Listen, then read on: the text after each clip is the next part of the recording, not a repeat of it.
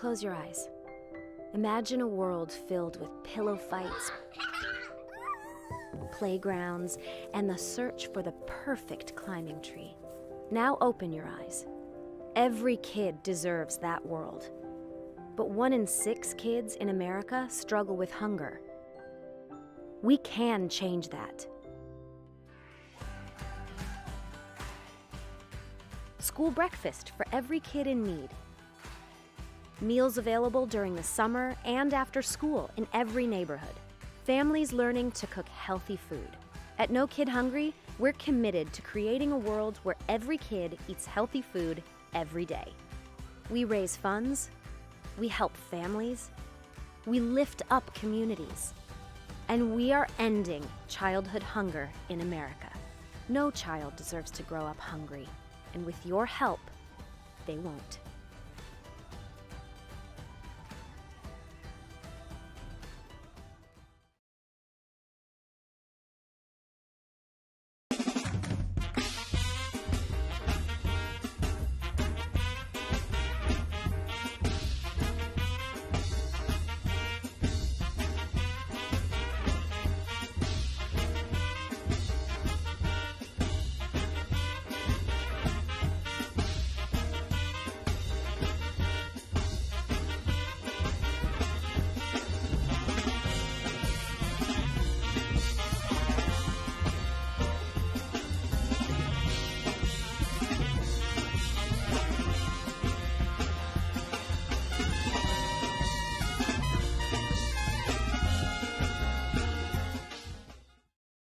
Hello, wherever and whenever you are, and welcome back to QuestJunkiesUK, and welcome back to our No Kid Hungry charity drive for 2023.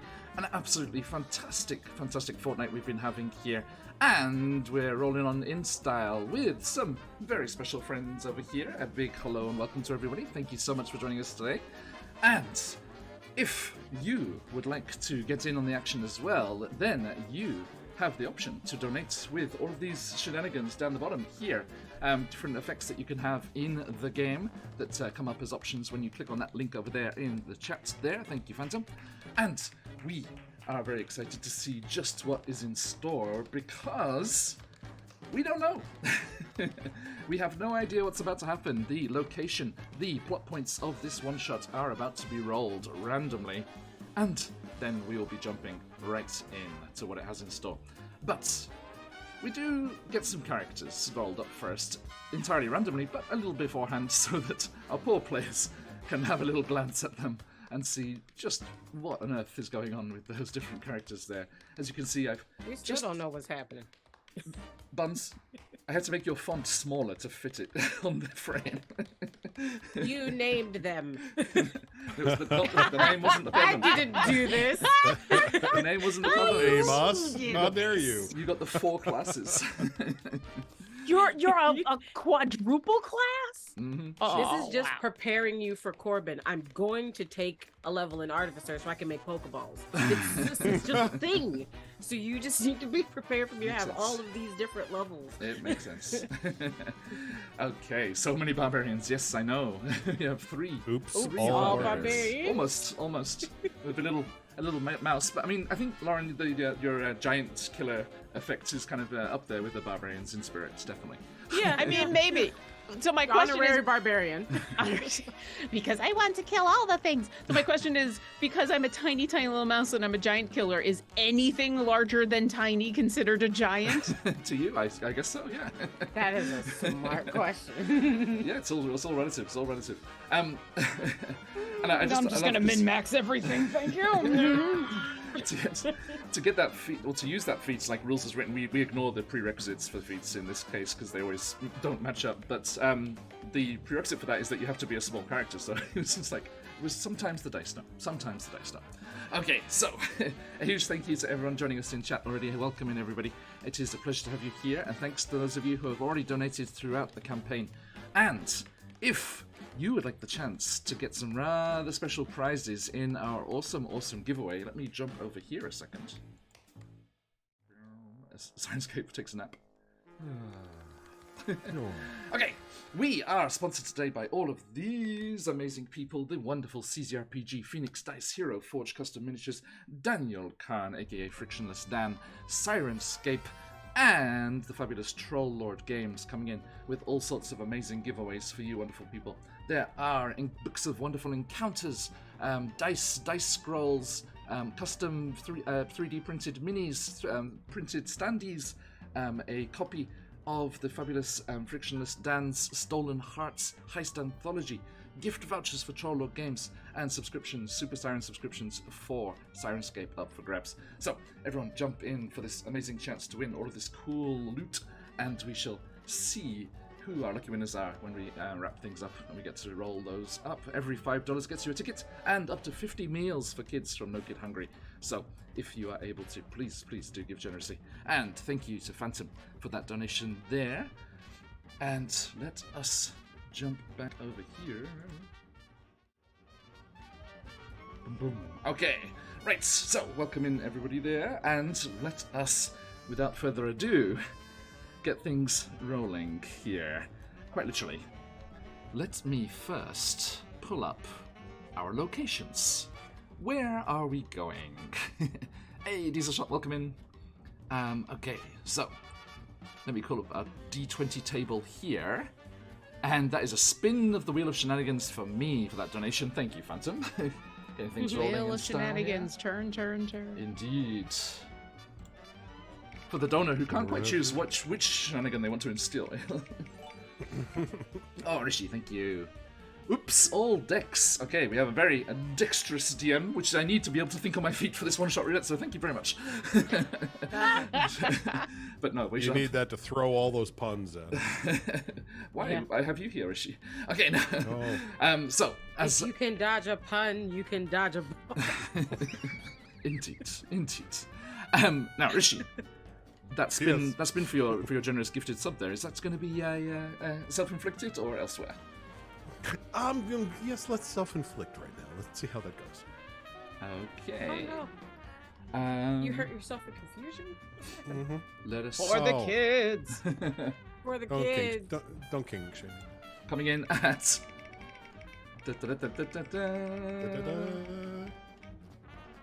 A short rest. So at some point during the game, you can manifest the abilities and the benefits of a short rest upon yourself. So don't be shy with those abilities and things. Okay. Nice. Right, there we go. Okay, so as I was saying, let us see where we are headed in this particular adventure of ours. Actually, no, so I'm getting things all mixed around. I need to do some proper introductions. I said hello and thank you. I need to go a bit further than that. Let us say a proper hello to these wonderful people around the screen here, going clockwise from next to myself over here. Lauren Heaven, welcome back. Thank you so much. Hi, I'm back. What would you like me to say? Where can people find you on the material plane? Oh, you can't find me. No, I'm not available on the material plane. I'm only available on socials as Obolore, and I'm the I'm the content coordinator over at Idle Champions of the Forgotten Realms. And should I say who I'm playing tonight? We'll save that for after we got the locations and things rolled up, but thank you. We'll save that for after all of that stuff. So anyway, that's it. That's all from me. Goodbye. Actually, I was just thinking there, so where can people find you in the digital equivalent of the material plane, which I guess is kind of like the Feywild, like it's overlaid over the material plane. It's like adjacent to us here. A little bit, yeah. I'm the Fey Dark. It's the it's the Feywild, except it's just not as interesting. And much like the Feywild or the Shadowfell, you've got to be really careful which portal you go through to get in there. It's there's all sorts of places you don't want to end up. Yeah, you end up in some of those socials, and you just get out while you still can. Absolutely. And moving on, Gnomedic, thank you so much for joining us. It's been a pleasure. I've been waiting to play with you for a long time, and I'm so happy that it's come to be.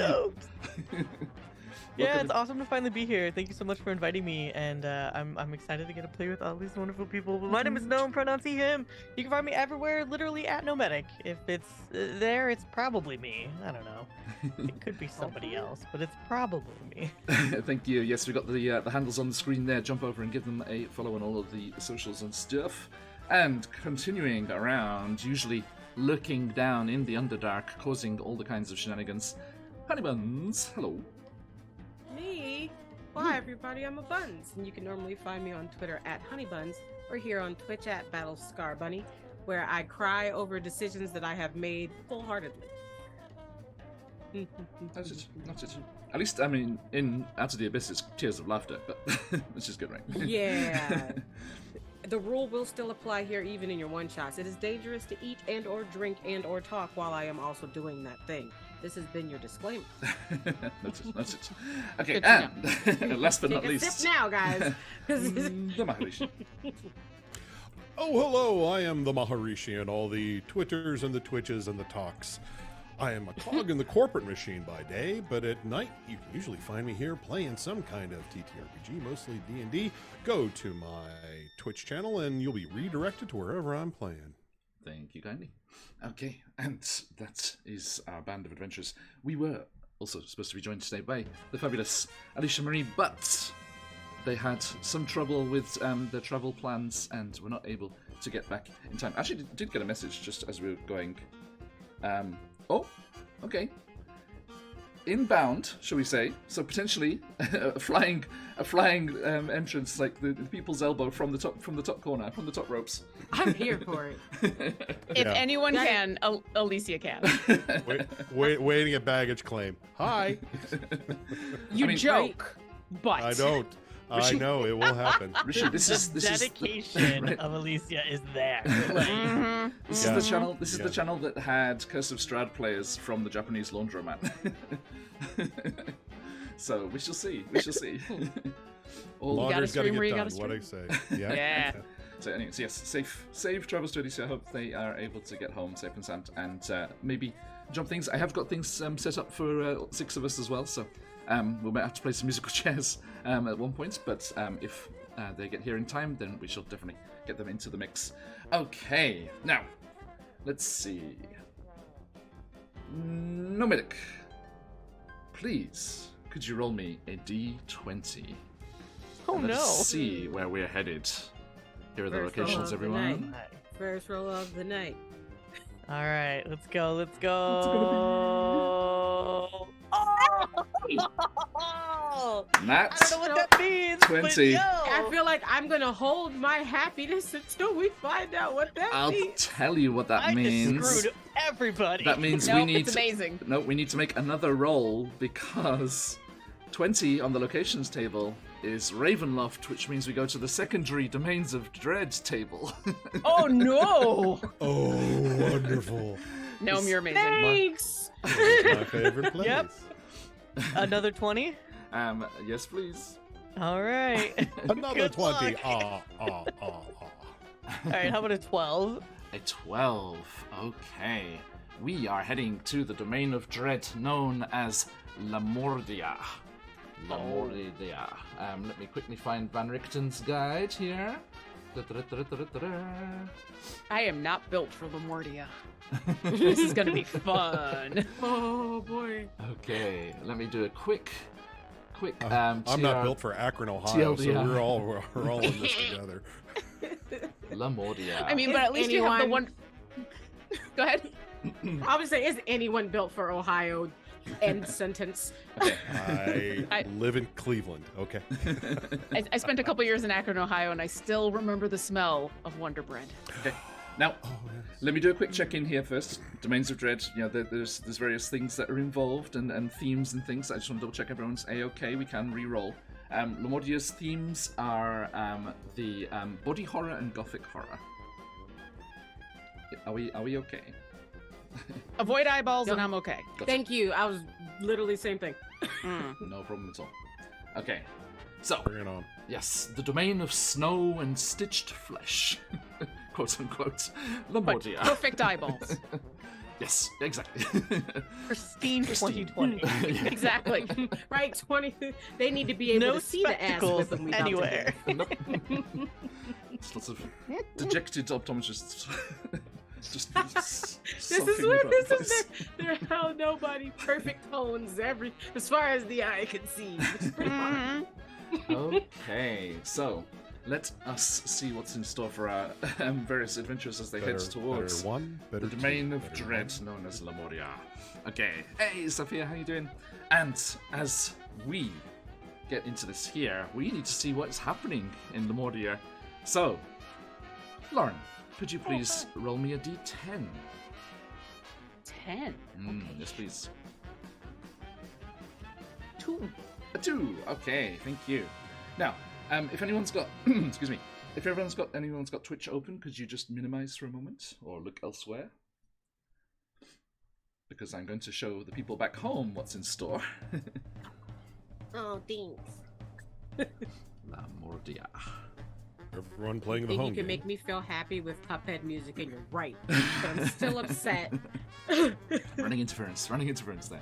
Okay, let us switch over to that.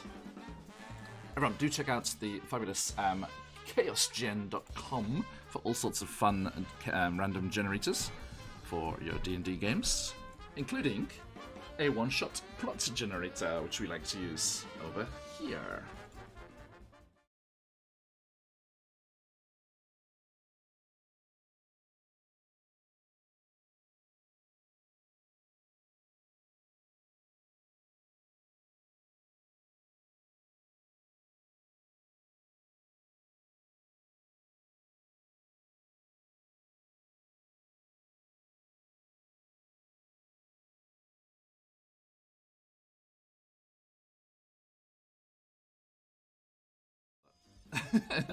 Random. That one has no sound on it. Why? Sorry, everybody. It's sleeping. Shh, shh, shh. It's a secret. It's nap It's a time, secret. everybody. It is a Friday. Come on.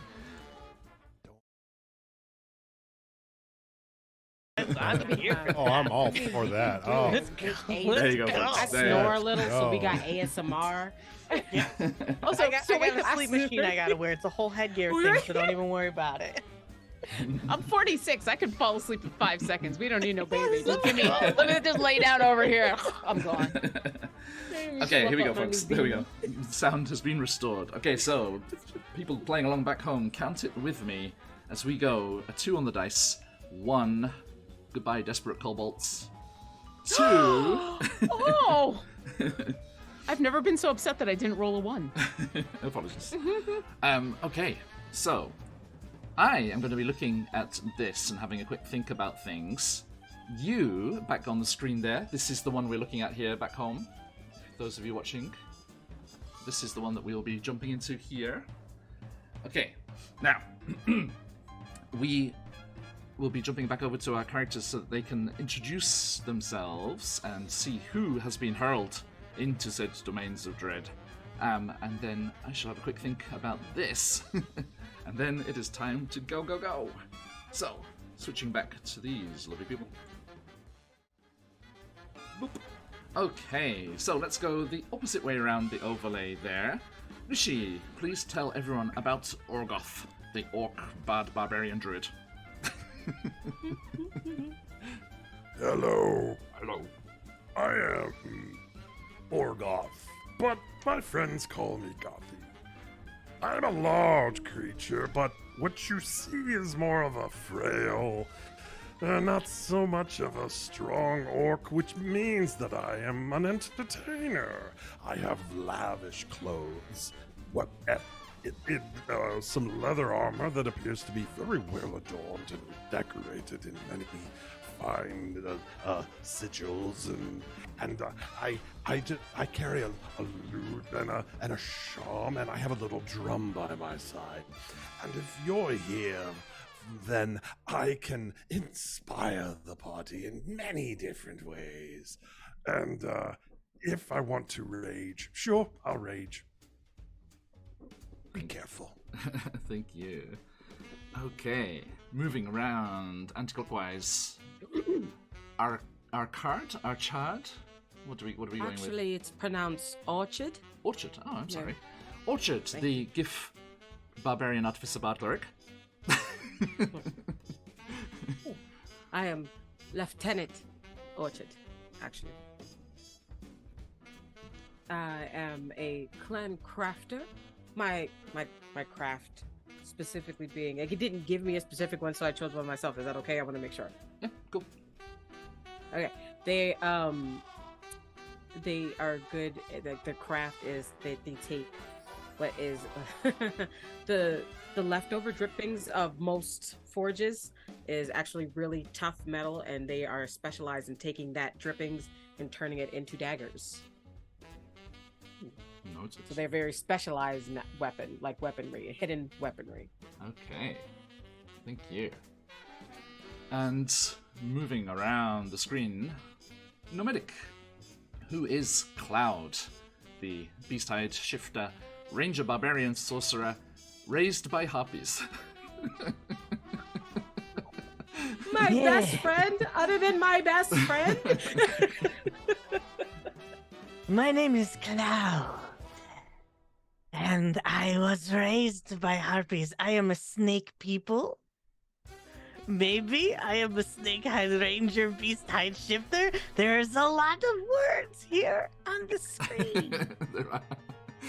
But I was raised by a polycule of harpies. I have 7 mothers.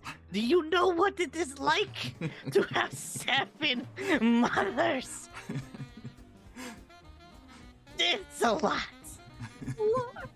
I am talented with hands, and I fire bow and arrow mostly.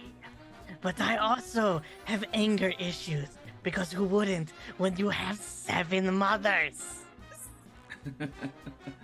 I'm also a sorcerer. Yes. A farseer, gifted in the prediction of my initiative roll. Indeed. Yes, you got lots of tasty Cobalt Press goodies in your rolls there. There's so many things. There were just words on my screen, and I'm like, I don't know. Let's go. Indeed. That was beautiful. I just reminded myself, completely unrelated to Cobalt Press. I don't know why it jumped into my mind. I always wanted to say directly, straight face to face, that Humblewood one shot that you did, where you were the the big kind of the guy who loved cooking. Yeah, I was the big old badger. Yes. Oh, yeah, I missed so that game. good. It was so fun. good. Thank you. Okay, thank you. Right, and last but not least, who is the one who got a flightist? Haley, the Jerbine Wizard Monk. Hi, I'm down here. Hi. I know all these tall people are around, but I'm down here. Hi. My name is Haley. She, her. This is my book. Sometimes I'll whack you with my book, but most of the time I just stand back here. Yeah, I have some spells. I do some things. I have some friends who do a lot of things. It's kind of fun to watch them do things. I don't do very much. Oh, but I do have a friend. Bob. You watch as Haley holds up an arm like something is gonna fly out and land, except what happens is a hawk appears and grabs Haley, and she starts to fly off and goes, "This is Bob! Oh, you're Bob. Hi! Are we sure that was Bob? Oh, yeah. I would have come back if it wasn't Bob. Bye, Bob! I'll summon you later." And as the hawk flies off, you hear, "Okay." Yes. Because that's what I do, is I do spells and I do familiars, but I only need the one, really. Bob is cool. Okay. Thank you. Hi, Bob. Hi there. Now, Good boy. all of you are ready and waiting for the call to action. You are members of the League of Adventurers that are involved with this, the Roulette organization that calls on you at a moment's notice to dive into this adventure or that, and to solve the problems and the dangers that afflict the multiverse.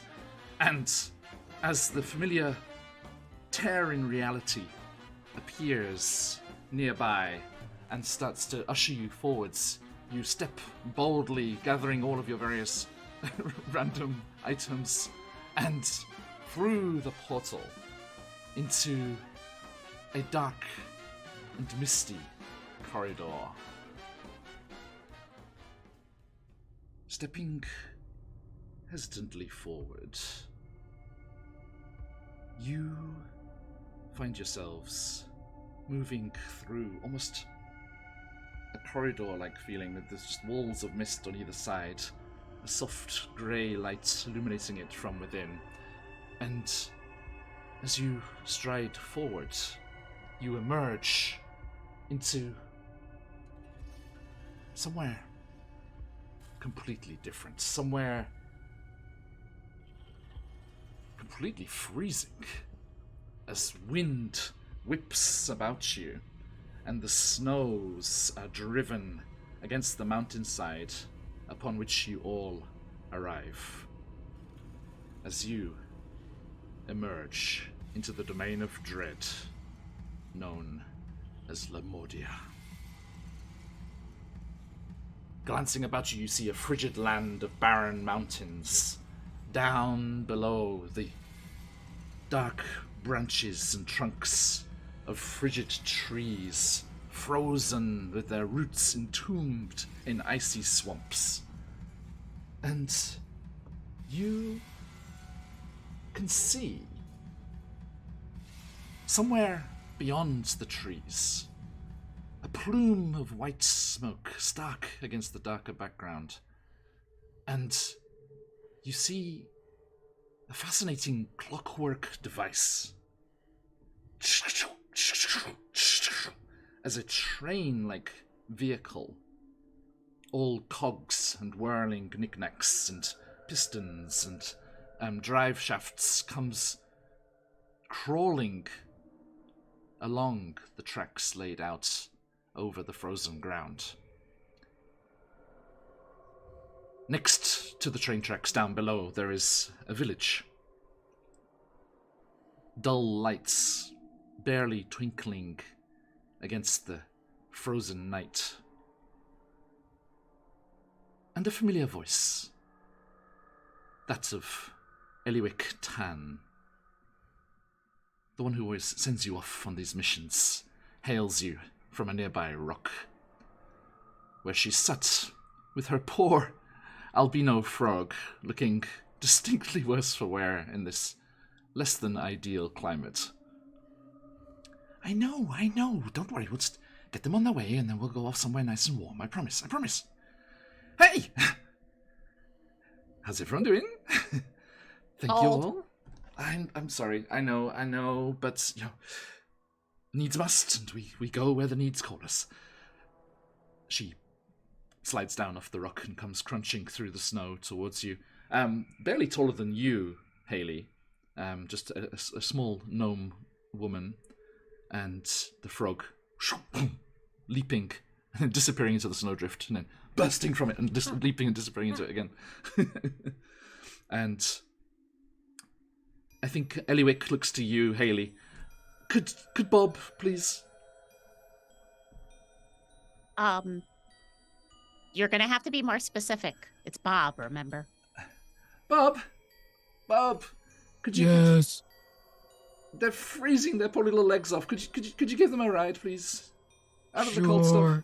And Bob just signs down. Actually, no. It's like Eagle Cry, but in that voice. Yeah. And as Bob gets the frog and starts to fly away, Haley's gonna go, "No eating that one." I'm gonna try. I mean, I can only ask. Oh, you wouldn't like the indigestion that he would give them. No. Okay. Thank you. Now, I need all of you to listen very carefully. The Baron von Orbrecker, he hadn't been seen out of his estate for decades and decades, but it's now become evident why. The scholars of this place have been hard at work creating new monstrosities, stitched together things that shouldn't go together. It is a danger for the local people. And she gestures down towards that little village. I need all of you to please do your best. Look, I know, insert name here, which of you has a manipulative paladin for a brother? Who would like to take that one?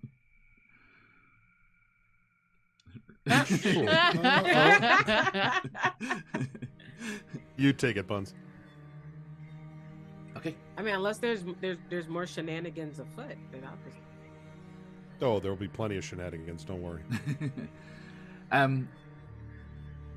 Eliwick looks to you, Orchard, and says, "Apologies. I know you took to the forces to kind of get away from all of the family stuff going on, but you need their help. All of you, we need to create a shield. We need to protect the people of the village down there from the creations of this Baron, these undead monsters that are bearing down. Any time now, if our intel is to be understood, they will be completed and attack the village. We need to form a shield, keep the villagers safe. But it needs to be a celestial shield. Orchard, you need to get your brother down there and give them time to call on their celestial powers and protect the village." And she traces a line in the air, and almost like ice cracking, there's that kind of sharp sound as it breaks open, and a large gif snoot pokes through. Orchard? Hello? Hello, Brent. I'm so glad you're here. I heard there was going to be friends. We're family. Even And she better. says it in such a sister way of just like, we're family, we're not friends. And your brother, the paladin, let's see, a good gift name, Archibald. Archibald and Orchard. I love it. I'm ready for the spin-off. Steps through. Now, Give you Babar feels. there is the mystery here. Paladins, they kind of have a celestial energy, a holy energy, but the GIF have lost touch with their gods. So, Archibald is, I think, a little bit of an outcast from the family, as having adopted the faith from elsewhere and given up the search for the GIF gods and pantheon. But he steps down and he's like, I heard that my services, my talents are required. Are these your friends? And he turns over to you, Orgoth, and it's like, boom, like big slap on the shoulder. Hello? Ooh, are you a musician? Do you know any good hymns? I'm sorry, are you referring to me? Yes.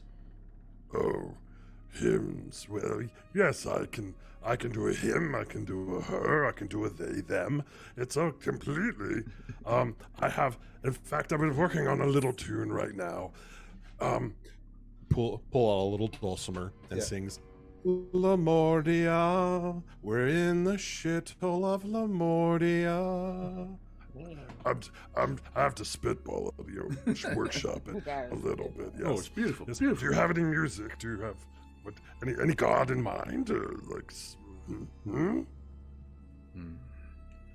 Let's see what inspiration we can find down there and help those poor people. Yeah, I study jazz. I'm really good at improv. Let's do it. And he steps towards you, Cloud, to say hi, and just misses stepping on Haley. Just your big ears just poking up out the snow. Watch that. Oh, sorry. I'm sorry. Fine, I'm used to it by now. Just don't make me call Bob. Oh, okay. I shan't. I hope I shan't. sorry, and you can want to talk up here, and like scoops you up. Blah! Hey, consent first. Sorry, excuse me. Would you like to come up here? Well, now I do, because if you drop me, it's going to be a long way down. The snow looks quite soft. But, apologies. So, the name's Archibald. How about you? My name is Haley, and because you are at Orchard's chin, I'll be nice to you right now, because you're also holding me, and it's a long way down.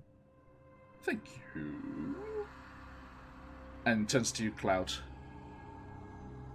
Pleasure to meet you. Pleasure. So, you're looking a little peaky there. Is everything okay? Is it not too cold? It's like, I was wondering how does the cold-blooded aspect. Yeah, right.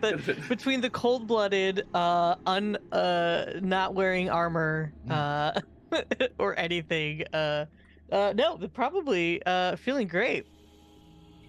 This weather is fine, like a sunny day. Splendid. Okay, well, we shall see. We shall see what we could do, right? And Eliwick's like, good. Okay, thank you. I'm gonna have to go. There's a shade. I need to see about a spelljammer. Bye. And steps through. Oh, Bob! Can I get the frog back? Okay. And the hawk comes swooping in. Frog in one talon comes by, grabs Haley with the other talon, and then does like an underhand throw of the frog so that it does a nice arc and softly lands in her hands. And only looks maybe slightly scared about being eaten. Maybe. Okay. And Eliwick kind of looks down, concentrates for a moment. It's like, no, you can't go again. No, you've got places to be. Come on. They had a lovely time. Thank you, Bob. And Okay. Steps through and disappears. Archibald turns around. I heard we need to protect the village. I'd say probably from that place over there, eh? And points beyond where that train track was leading, and you can see the main city here in Lamordia over there, known as, get the name here, is it Ludendorff? Yes, Ludendorff City. It's vast, dark awnings and arches, they're crowding over the busy streets, and the spindles and finger-like cranes reaching up, powered by that same steam power that they use for their clockwork machines. And you see it's just skulking on the horizon like a large silhouette of some creature, and you can see that something is going on there. The cranes are twisting and moving around. Something is in the works, definitely. And Archibald's like, right, best get to it. Down we go. He starts like doing that half jump, half bound through the thick, the deep snow on the side of the mountain. You gotta walk through waves. It's like I'm gonna climb up onto Bob's back and then have him flap on next to Orchard and say, So, what can you tell us about your brother? I can tell you that it's definitely like him to somehow been roped into me babysitting. That's definitely something that's normal. Anything we should be the younger one. Spill the tea. Is there anything we need to be worried about? No, just what did we say? He was like a little full of himself. Yeah. Oh, I know nothing about that. Purple shawl just swings around. He might be a tad full of himself when he realized that he had a connection to another deity. The Gift are a bit sensitive about our lack of connection with the Mother Goddess. So, but there are things that have changed. We have not seen each other for a long time. I'm sure he is just as full of himself, but his smile tells me that he hasn't lost any of his joy, so at least he won't be a terror. Well, and I guess he's allowed to be a little full of himself if he can help us save the town. And if not, then you can razz him about that for decades. Well, You know, just what if to he say. becomes overly officious and bossy, I'm gonna have words. That's all I gotta say. I don't do well with that. We'll see. He's still family, so only I can do that. Okay. That's fair, that's fair. Hey, what's the name of this town we're saving anyway? I heard about it. They make nice cough drops there. Ludensdorf. Luden something. Ludendorff is the big ominous city on the horizon. Yeah, Oh, that's but the right. village, that's I don't what think we got a name for yet, did we? Let's have a look here. We have a nice little map here, thanks to Van Richen's guide. Probably has some large name. All the small villages have like multisyllabic, like impossibly to pronounce names. As always, I offer Zephyrethem and Ephanon. Beautiful. We'll do that. Zephyr. Okay, there is a nice little place known as Wendigo's Hollow. Indigo's Hollow. Like the creature, Wendigo? Apparently. Most likely, so don't result to cannibalism in any way, shape, or form, or you don't have to worry about becoming one. This is always good advice, but it's particularly pertinent here. Yes. Bob, do you hear that? Don't eat anything here. Okay. I Should have eaten the frog. No. How small is Cloud? Yes. Yeah, how small is Cloud? Cloud is not small. Cloud Oh. Not is small? no. Cloud is. I don't have a size. Do I have a size? Where is the size? I think it was just medium. It's a, yeah, Cloud is a medium creature, but like they're kind of like they're kind of like a reverse Naga. I So was about like to say they're more Yuan-Ti than anything humanoid else. with legs, but they have But like then a snake face. serpentine head. Oh, that's cool. Okay. All right. So wait, Cloud is medium. Orchard, I'm guessing you're medium because you're a GIF? Am I medium or would it be large? It says that you'd I'm be considered medium. one size bigger when it comes to doing things like lifting. Yeah, and as far as shoving your and strength and stuff. things are concerned, yeah. So you are a medium creature, yeah. So could I was gonna offer for Cloud to be a scarf, because I was That would be thinking more very Naga awkward. than Yuan-Ti. I was thinking more Naga than. Yeah. I was like, you could be a scarf. It would be the most awkward of piggybacks, but it would be amazing. It would have been. So instead, I will offer my shoulder to Bob so that they don't have to pull a Red Dead Redemption just between us and this. I appreciate that. And if you're gonna offer, Full Bob pirate. will come. Yeah, because Bob is tiny, and so is Haley. I think. Yeah, that's what I was Well, thinking. Bob, and then Haley on Bob, and they would just be Oh. on Orchard's shoulder, like both. They're like almost like on their I always forget what they're called. The epaulets. Is that what the shoulder ones are called? Yep. Yeah. Oh, is that's it- kind of where you're. Okay. Where it is. Pauldrons. Is it pauldrons? I couldn't remember. If For it might be. yes. Okay. Armors are armors pauldrons. Yes. It's epaulet. Thank you. Epaulets are- Wearing are- it, so that's whatever what you I'm call saying. it is what I will call it because I'm landing on it. So So you have the pauldron to you guys. Thank I don't know. I want to you. make sure we can all get places. Walk in my footsteps, Cloud. We got this. I love it. Three large creatures and then a tiny little mouse. As long as you hold on, you'll always be right with us. Okay.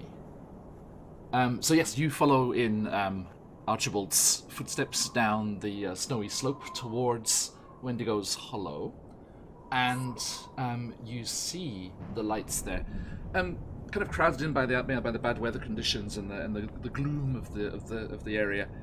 You do start to see as you get closer that it looks a little brighter than just regular lights, actually in the town itself.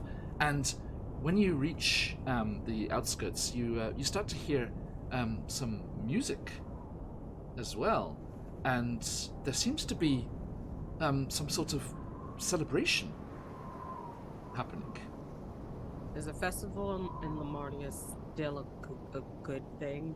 This is to the group. This is Orchard asking this to the group. Like, are we still in festival feelings if it's happening here? I don't know, but it could be fun to get a snack from the carnival before all the undead show up. Especially if we got to be careful what we eat. I like snacks. I could go for some fried butter.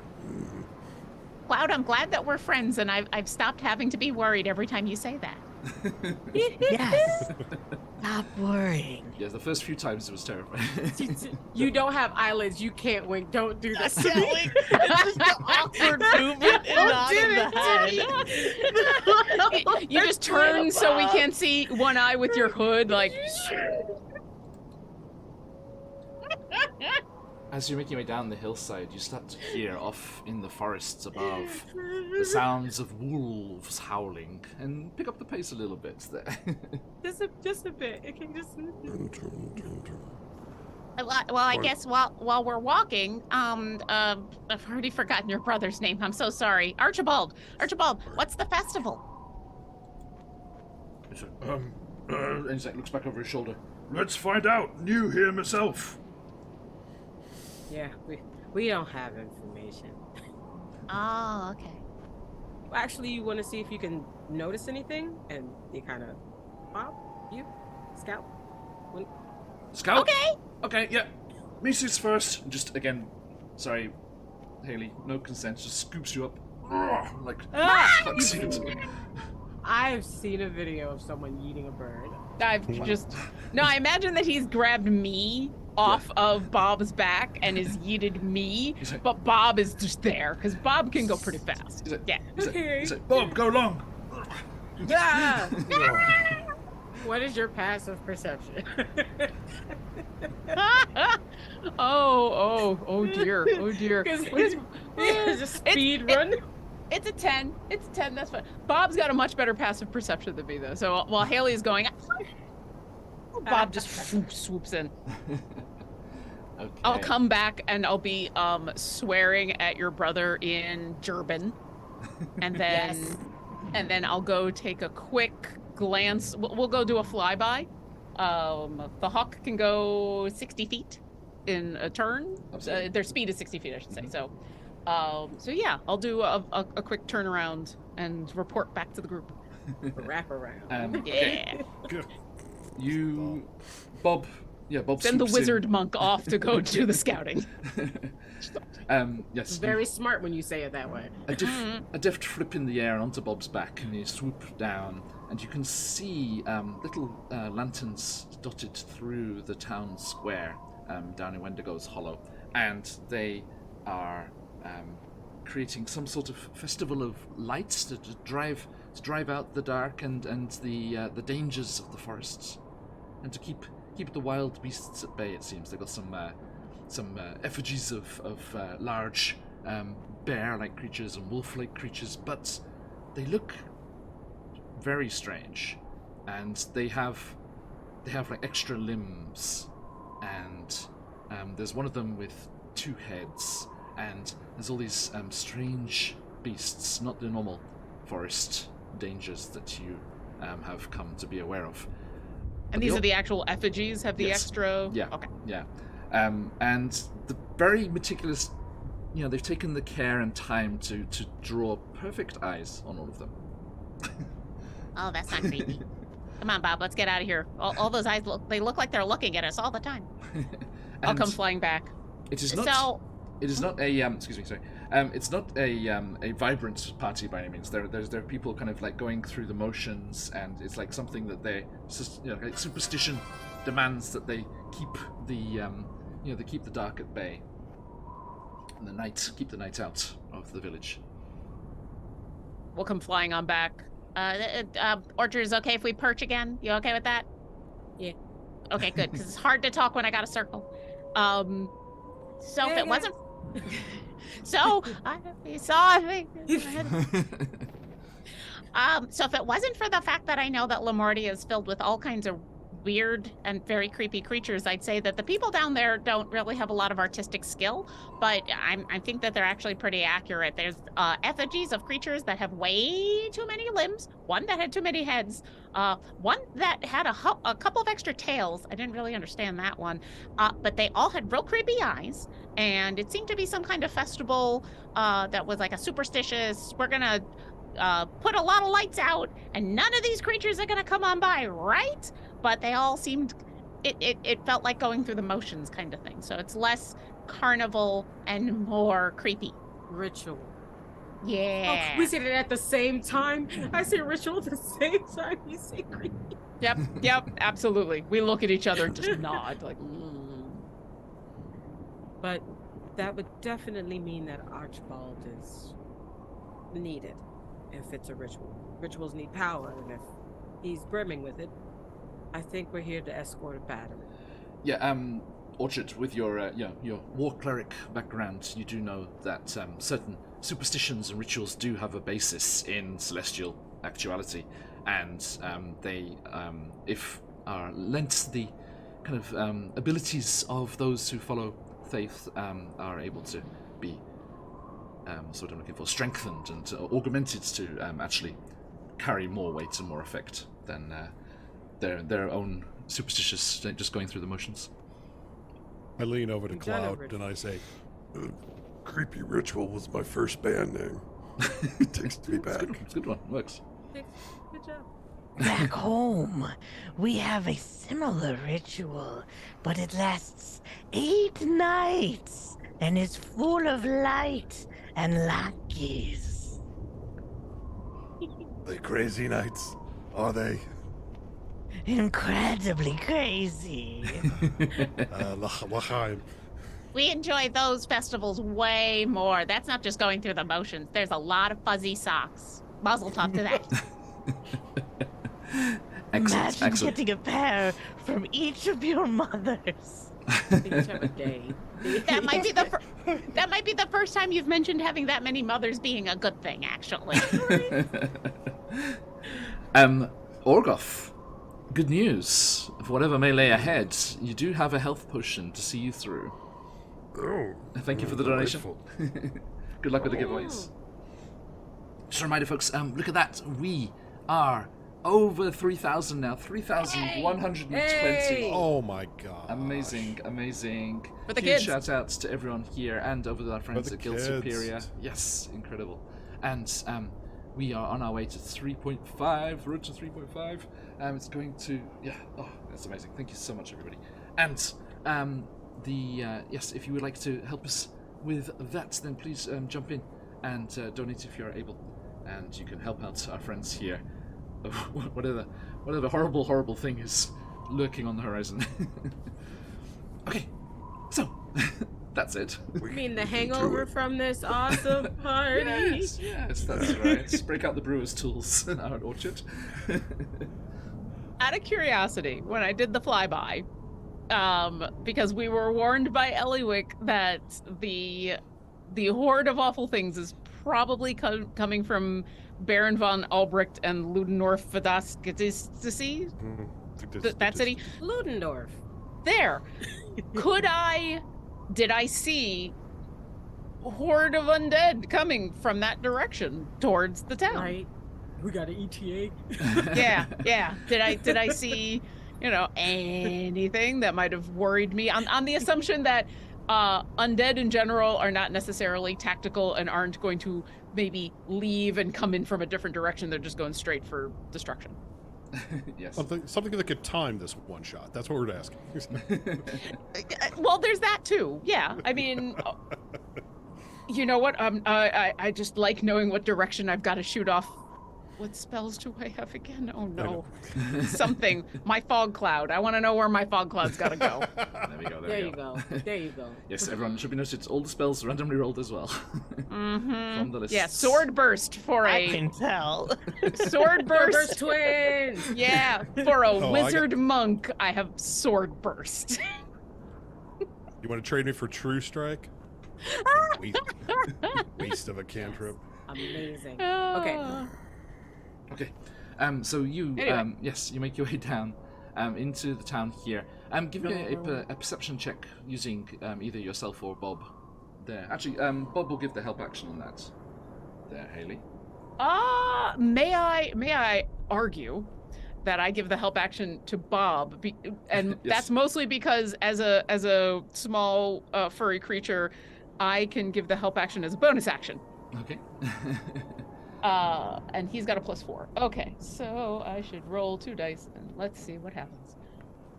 13, 14. So 16. 16. Okay, excellent.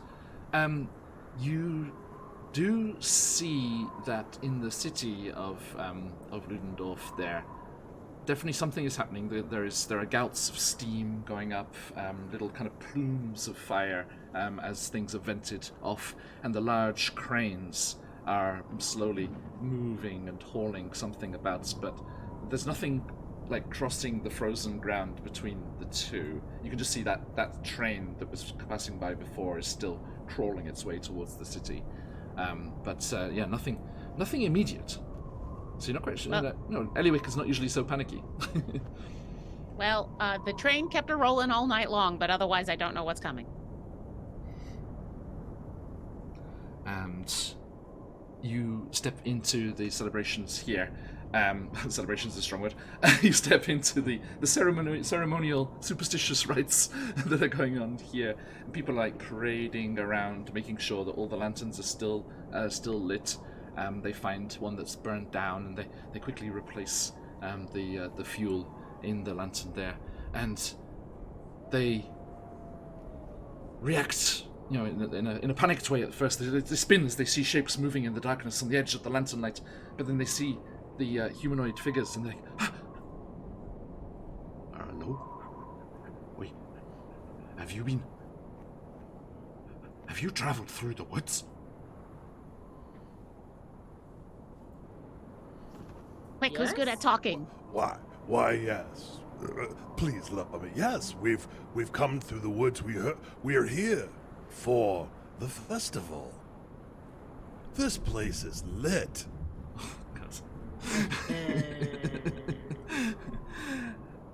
Oh yes, we do our best. We're here to help to aid. And we've heard though just what a wonderful festival this is. Can you tell me what can we do to assist? Thank you. We need to keep all the lanterns lit, and hopefully we'll all pass the night through and all be safe and sound. Good. Well, tell me why the lanterns need to be lit? Is it protection? Is something we're brewing? This is new. Then you must be new here in Lamoria. Have you not spent nights here before? Have you not heard? Have you not seen the beasts that prowl the frozen wastes? Oh, we've heard of the lovely, wonderful camaraderie and wonderful people that are in your lovely village here. No, we have not heard of such beasts. Please, enlighten us. There are savage creatures out in the dark, but they're not like the ones you read about as was. You know, it's that Victor Mordenheim. She's been she's been experimenting and putting things together and creating creatures and undead things and they're all out there in the night, in the dark. And the lights keep them back, is that what I'm hearing?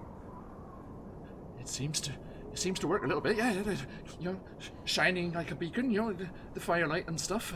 We got the bonfire, and he like points to the center of the square, and there's a large bonfire going there, and we got the bonfire, and then around the outskirts, got the various lanterns and things, and you hear a massive. It's like a end of shift kind of factory whistle, that kind of steam, that. Oh, I'm sorry. And, yes, Pat Draws, welcome to One Shot Roulette. Wow, so much multiclassing. These are randomly generated characters, Pat. And that includes a dice roll for how many multiclasses do you have? And there is this huge expulsion of smoke and steam from the nearby city, and everyone please make me a dexterity saving throw as a huge gust of wind blasts through the town. And we're using just normal d20s? At the moment, yes, thank you. Okay. Oh. That's an 11. Ooh. 11, okay. Ooh. That would be 16 for a 20. 5. Okay. Orchard? I think I have advantage on dexterity saves. Nice. Just seeing what it is in the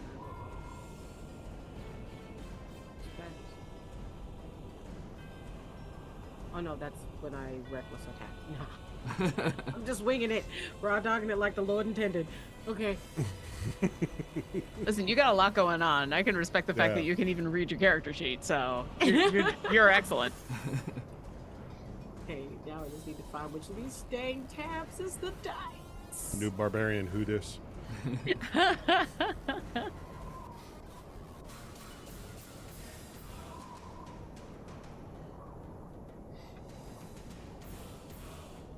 How'd you go? At the moment we have Haley and Cloud being buffeted and tumbled by this sudden gust of wind. Orgoth kind of hunkers down and manages to hold on to something.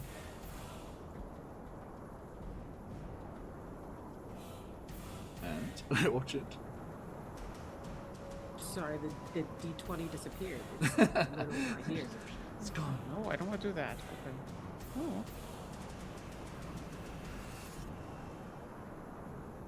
Oh, those sets literally don't have D20. That was just me. Ah, okay. That makes sense. I guess some of them are for different games. Yeah. No, I had to change that, and now I can roll those. Oh. What's it gonna be? Hey! Four for total of. There we go. Total 4. I got 0. 0. Okay. Okay. So. At least it was my favorite number. Orgoth, you managed to grab onto something or hunker down, so this doesn't do you. But the hippo. Yes, even the GIF is tumbled across Haley and Cloud. You two, as you're knocked into the kind of slushy snow here, as it's been trampled by the foot traffic of the village, and not again. more importantly, you hear cries of dismay as this huge gust of wind, accompanied by the clanking sound and ratcheting sound of huge doors opening on the city of Ludendorff across the fields. All of the lanterns and the bonfire are snuffed out by this huge gust.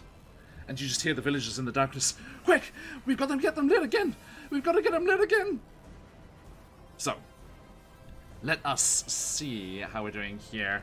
And if you manage to get these lit and back on target here, I think Archibald says, "Oi, I'll go into the center here and start to prepare. Yes. Yes, brother. Okay. Now, Archibald will be in the middle preparing himself and preparing the ritual to create this shield that Eliwick said about. And he needs to pass a certain amount of checks to do that. Paladins, they're charisma casters, aren't they? So that will be on his charisma bonus there. So, and as he goes, I say, You know, you can do it, Bobby Boucher. and I give him a bardic inspiration. Thank you. You're welcome. Okay. So yeah, when he's managed to complete enough checks to create the shield, that will be a win condition there. Now, how well we do with these lanterns and fires being relit will determine whether or not the creature that is now issuing forth from the gates of Ludendorff arrives with some of the beasties of the forest as well, or just by itself. As we see a large silhouette of some creature, some construct, stitched together from body parts and machinery, clanking out of the city towards the defenseless village. So, Haley, first, what would you like to do to try and relight these lanterns here? Haley starts to panic as everything she has is cold or sleep-based and is a wizard without fire. So, Thank you for your service. could it, instead of trying to pull out my tinderbox and doing this the old-fashioned way, could I perhaps try to slow down the creature coming this way to give everybody more time to light the fires? The effects in the encounter with the creature coming from the city is going to be after this. So this is like a first opening stage here to try and get the illuminations back on in the Festival of Lights. Okay, all right. Well, then I'm not gonna do that. Okay. That sound. Shoot. Okay. Bob. Haley's gonna pull out her tinderbox and a tiny, tiny little torch, because I assume everything that she carries is mouse size. Yes. She's gonna light the torch the old-fashioned way, because she never learned fire spells. Okay. Climb back on top of Bob after we've all been tumbled. What's the... One moment, sorry, Haley, one moment there. As you do, a voice echoes out from the darkness. Perhaps I can help! As Alicia arrives. Yay! 2 seconds, Yay! please. Hi! You made it! Yeah! We need you. Awesome, thank you. Just in time for the shits. Help us! Help us! Have a match. Do you Welcome, have welcome. fire? What's about to happen? I I'm have scared. bonfire. Yes, let me do the musical chairs on the overlay. Everyone else, you catch up. Our Okay, friend here. alright, That's the changeling warlock druid fighter has arrived. Ooh, yes, Rosa, help us! Okay. What you need to know, there is a festival going on in creepy, what is it? Domain of Dreadland. Yes. So we are in a place that is already just like Halloween Town, but on steroids. So we're here. They have torches lit, and it is to keep away the creepy crawlies. Wind just gusted through and blew out all the lanterns, and now the creepy crawlies are on their way, and we're trying to relight the torches. Did I do good? Did I miss anything? We're like on the island of. We're like on the island of Dr. Moreau right now. So, Yeah. Kind of. Oh. Yeah. Yeah. But I Okay. have a plan that I think everybody will understand once I am able to do I have a plan that everyone's gonna love. Hold my beer. that. Literally, it involves cunning brewing plan? tools. Is it a cunning plan? Okay. Haley has her tiny, tiny little torch and would like to turn to Orchard and say, "What can I do to help your plan? Because mine is very boring." Your plan will actually drop your torch when I say go. Done. Where? Who's the fastest out of us? It's probably Bob. Yes. Probably Bob. Then you know what? 60 Then feet. 60 feet? I only have 30, so kind of. So kind Yeah. of. I'm on top of Bob with a tiny torch. I have. Are we in initiative? I don't want to go out of initiative if we are. No, it's fine. Just you can mix together. It's fine. Just tell me. We're Okay. gonna do some various checks. do and we things I to have see brewer how. fire? supplies. Yes, Yeah, I yes, have cloud. brewer supplies. Do you have fire stuff? I have fire. I have create bonfire, Yes. Yes. which is a Hell yeah. cantrip. Well, I'm then gonna why are put you having the ice wizard brewing go alcohol. first? I don't Even know, in but- snow, even in snow, Oh my brewing God. alcohol will light. So Yeah. I'm going to use my Here- brewing here's supplies what to I go have. in a circle, and you just light it after me, and I will literally, it will follow me, and we can either light things or I can make a big ass circle around us. Excellent. Okay. So orchard. I will follow you wherever. I will follow you wherever you want to go. Let's light this place up. Right? It's just like we know where we light- start, we know where we're ending. You Uh-huh. said light this place up? Yes. Okay. And like, Not the I village. clasp my hands together, Too and late. like my tongue, my forked tongue slithers between them, and there's like this long flame as this bonfire spell is created on somebody's house. So if Oh, darling, we should have been way more specific. I Right pull out my dulcimer and sing, the roof is on fire. Excellent. You don't need no water. Bob, don't fly over that house. It's good because it's all frozen solid. Okay. So Yes. let's give Ats a proper introduction here. Ats, changeling warlock druid fighter that you are, were sent ahead of things by the organizer that brought our other friends here to help the village of Wendigo's Hollow, and you were keeping an eye on things in the city of Ludendorff, where the university and all of their rather twisted laboratories and all of the amalgamations that they like to create there, the strange combinations of creatures and body parts that they seem to create to try and use to labor in the streets and in the fields and things. It's all been building to something recently, and you've been quite concerned about the goings-on and the experiments and things being run by the main scientist here, Victor Mordenheim.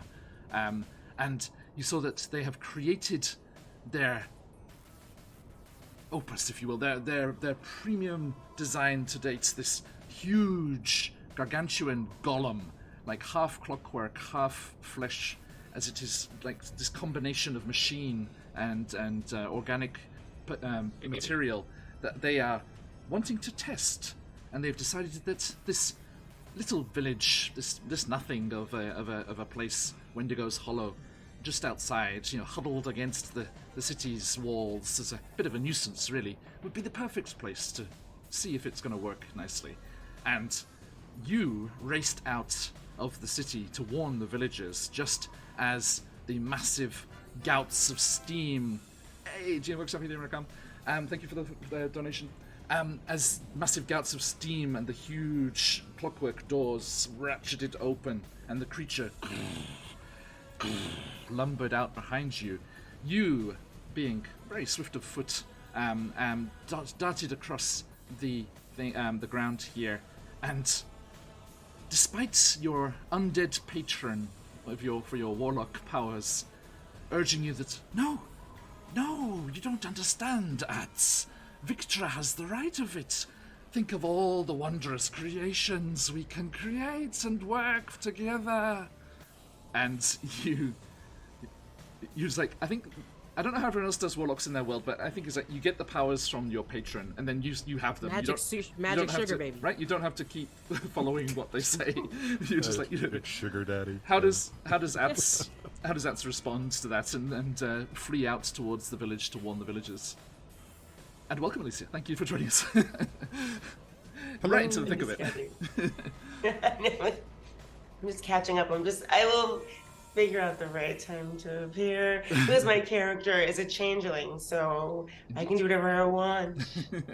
Indeed. Okay, so yes, you have come running from the city, and it seems that heroes are already at work in the village, but their superstitious rites that they like to do at night to keep the night at bay, the lighting of the lanterns, seems to have been offset by the gouts of steam that came out of the university's laboratories. And all of the lanterns have been blown out, and they are desperately trying to relight them. And that is where we join everyone at the moment. You see a shifter, ranger barbarian sorcerer, shifting around and conjuring their fire magic as a large GIF barbarian artificer bard cleric stomps through the village town square. I just enjoy saying them, sorry. HI, did GM Workshop have any bonuses on that donation there? Let's see what's there. Thank you, Rakam, for that. You're also a legend. Thank you. And you see the GIF starting to spread alcohol about that they have created with their brewing supplies, whilst an orc bard barbarian druid plays a song and sings music to inspire another GIF looking very similar to the alcohol spreading GIF. They seem to be related in some way, and is trumping to the center of the square. And last but not least, on the back of a swooping eagle, you see a little mouse gerbine wizard monk flying through the air. Like a tiny, tiny little torch. Looking on fire. Thank you, Rakam. It's a match. It's just a match. It's not a torch. I mean, to me, it's a torch. Fire, I'll take you to burn. Archer, do you say when? Okay. Yeah. We wall of fire. Yeah. Okay. Oh, I don't know that spell yet. Oh, okay, I'm sorry. And I throw the torch. Okay. Alicia, actually, as we had our guests do some rolling for the location and the plot points earlier, could you roll me a d6, please? Roll a d6? Yes. Oh, by the way, there's a link Should for the I dice physical? roller in Zoom chat if you want to grab that. Okay, should I use roll 20 or should I use physical dice? The physical's good. Okay, 1 second. Oh, no, oh, sorry. I thought they were right there. I thought that was the easier option. Listen, she just came from saving a life. Yes. She gets. Yeah. We really? let her. Was everything okay, Alicia? No, you. Was everything okay? I hope everything worked out okay. 3. Good. A 3? Okay. That is... Ooh, yes! A wild magic surge gifted by our friend GM Workshop. Yes. Ooh. Oh. Excellent, Oh, excellent. Let me roll the Maybe D10 we are and going to get a harvest. fireball. Maybe. Oh. We'll see. Wall of fire. As long as it's pointed in the right direction. Okay. This is true. This is true. We just need to figure out where it's centered. That's all. Well, a roll of Yeah. dice. I mean, this kind of makes sense. It does trigger from the sorcerer, Gnomedic, Ow. Cloud, Oh, eager to set off this bonfire. Triggers Fireball. more magic than they were intending. We have a very nice little PDF of wild magic tables for every class. So, let me roll one more d3 and see which of your classes triggers their Cloud. That is going to be the Barbarian table. Oh. Okay. Ooh. Can you roll me a d100, please, Cloud? Oh no. Uh-oh. I mean, wild magic barbarians are real cool. Yeah. Yeah, I agree. Yeah. That's totally my brand of chaos.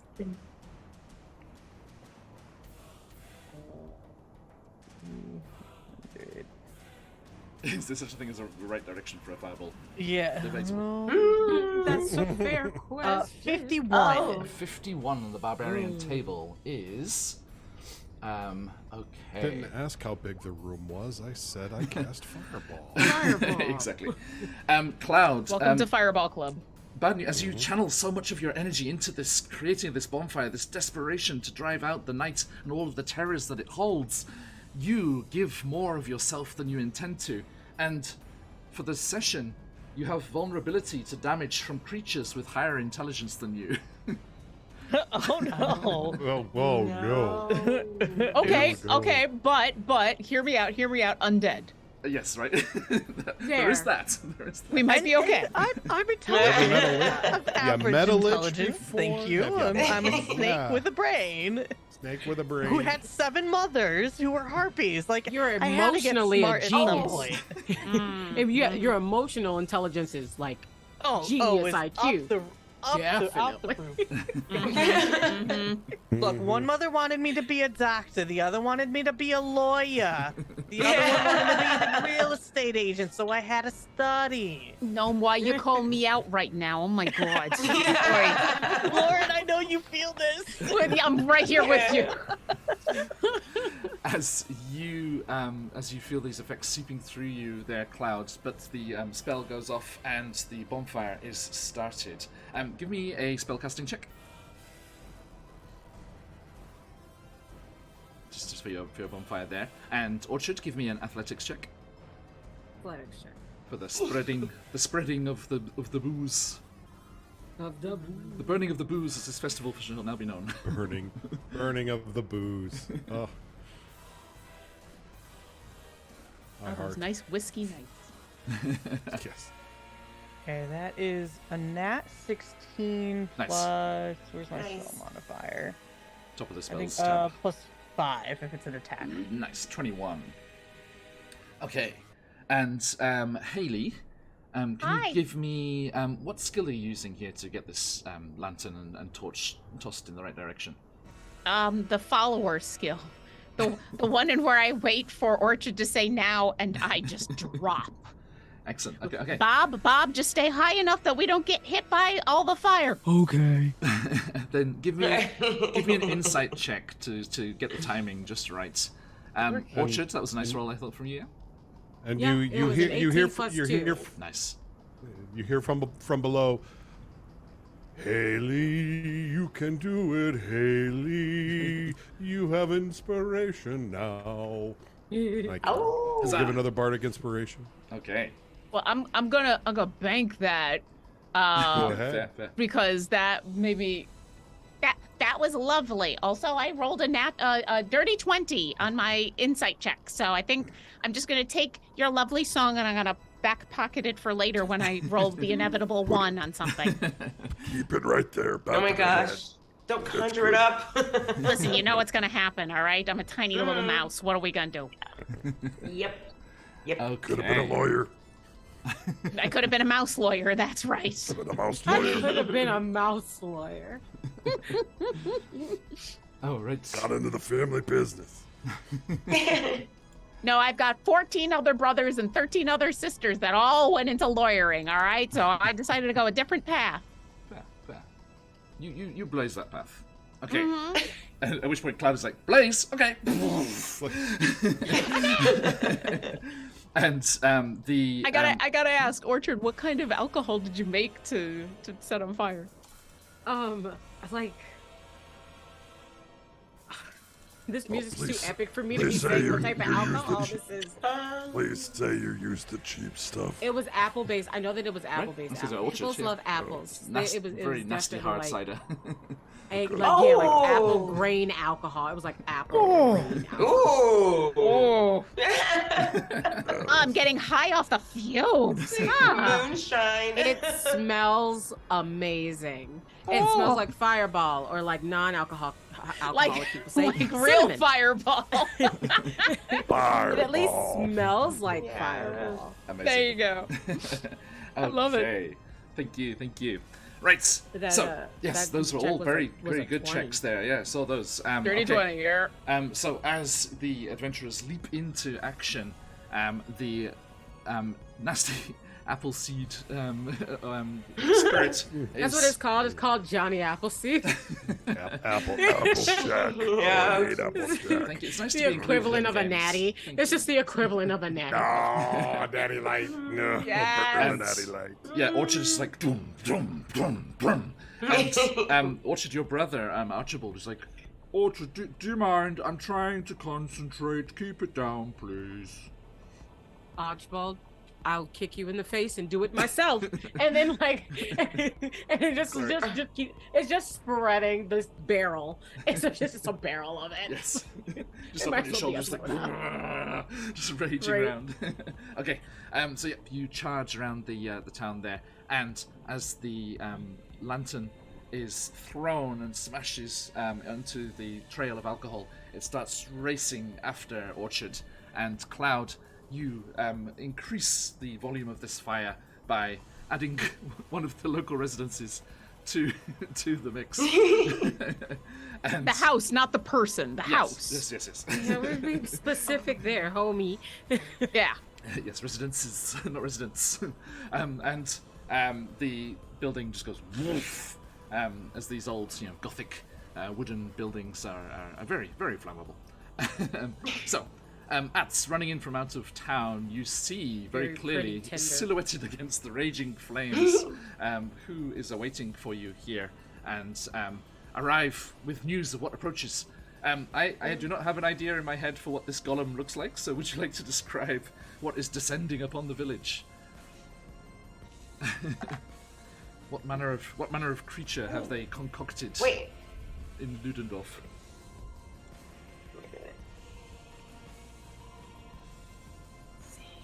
Okay. Who's making up the golem? You can answer. It's good. I'm making up the Alicia, golem. Please. What did you see? Oh, What did you see in the city okay. before you ran to tell everyone? Okay. The golem. Oh, so this is what I'm looking at. Okay. I'm look. 48 hours of no sleep. My brain is really slow. Thank you. Okay, let me think. The golem that descends upon the city. You know what it looks like? Okay. You know those really, fluffy caterpillars, but they're bright in different colors, but they have spikes that come off their backs? Have you ever seen them before? They're really cute until you look close, and then I found out they're poisonous, but they're really pretty because they're really different colors. But they have spikes that come off their backs. But they're cute in the face. Excellent. Cute but deadly. Cute but deadly. Okay. Yes. Loving their vibe. I don't know if this is going to show up properly. You're reminding me of these guys. These- Oh, cute! Oh. Not so What cute is in the that? face. It's also a caterpillar.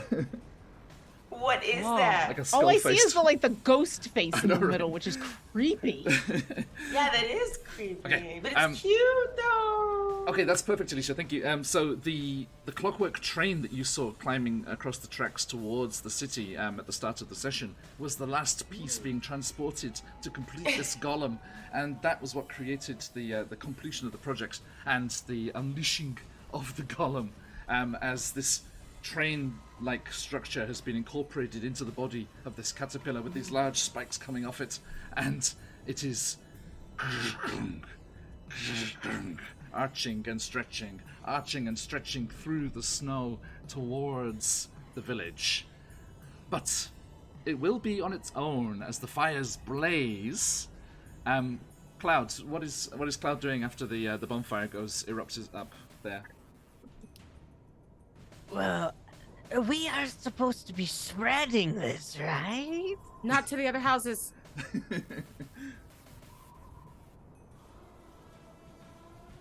Fine.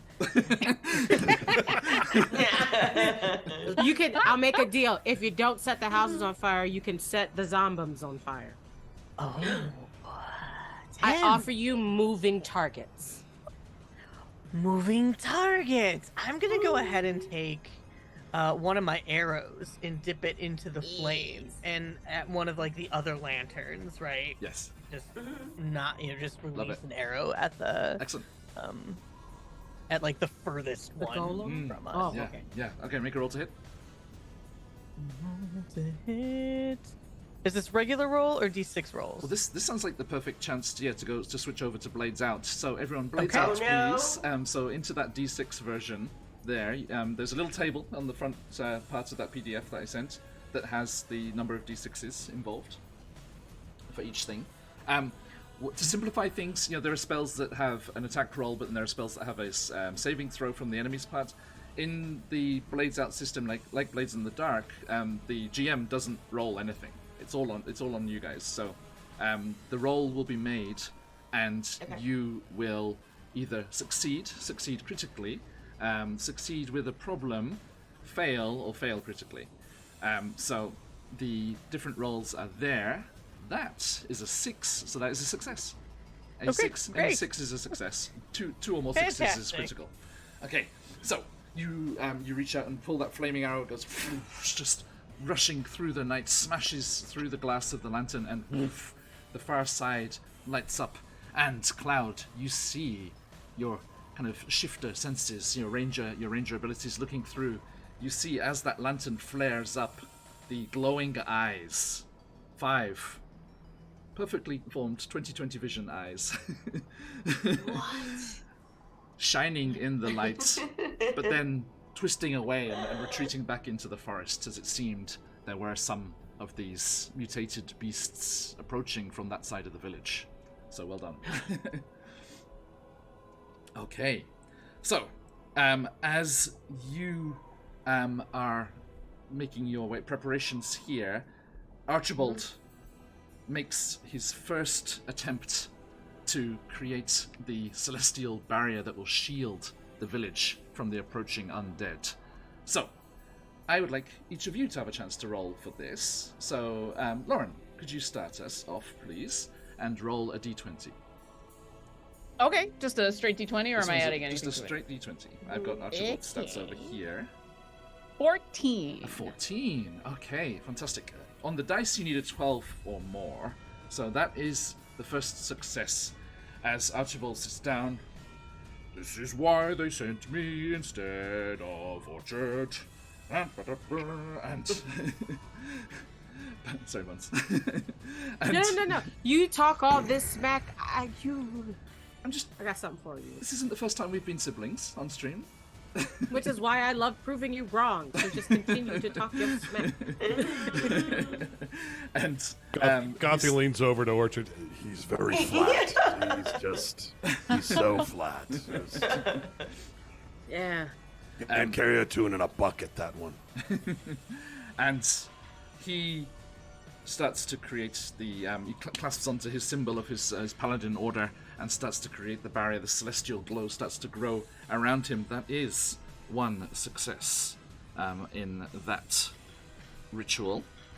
And moving on, that brings us into the main run of things here. Let's us we will roll initiative, so we will be in initiative. Someone got advantage on initiative? I think. Yes, excellent. Okay, so let me. If you use your regular initiative for your character, there. From roll 20. Yes. Well, for the from the character sheet, or just with using your Dex mod, whichever is easiest. Ew. I got a 17.1. Yeah, adds that in case of ties. Okay. I love those. So I got a 17. rock. 14. 14. On initiative. Where are you hiding? 8. And 8. Okay, Rishi. 6. 6. Oh, sorry. Haley. Yeah. I'm working on it. I'm working on finding. It's right next to the AC, the shield, and then that weird box. There it is. Thank you so much. No problem. I heard it wonk. I got a 6.17. Okay. Oh my 6.12, so There we go. Haley is before me. That's where we need that. Thank you. Sorry, and the 14 was Orchard? Yeah, I got a Sorry. 17.1. Okay. Thank you. Point 1. Right. I love that. Very important. Very It's so important. fun. It's very important. It's like saying I'm 7 3/4. Okay. Excuse me. I think it's just your dex number. Yes, it is. Yeah. Okay. Hey, Jess. Oh, everyone let us over have every our nerd girl fun. coming in with a raiding party. Hey, Jess, how you doing? Hope you had a great session. Hey, Raiders. Everyone, you may know Jess and friends as the powers that be behind the fabulous Unchained anthologies. Awesome. Speaking of harpies, Cloud, there's some harpies in those those books. Okay, so I also got a 6 for our big experimental golem friend here, caterpillar golem. But they have a -1, so I think they will be at the bottom. Okay. Right. So you need to stop this golem reaching the town before your brother Orchard is able to create this celestial barrier. And Orchard, as your brother, singing annoyingly about their abilities here, ringing in your ears, it drives you to move faster and move first. Yeah. It's like this. I'm just gonna leave you guys here. Good job, bro. And then they start to move forward. They would rather go fight the undead than listen to their brother gloat. They are gonna go for. Oh yeah, that might be fun. Toll the Dead. All right. Oh. Nice. Okay, so Okay, your point out one creature. Oh, sorry, I didn't know if you wanted me to read it out loud. No, it's all good. But your spells are a 2d6, so roll the 2d6 then. Okay. Back to blades. There you go. 2d6. For you.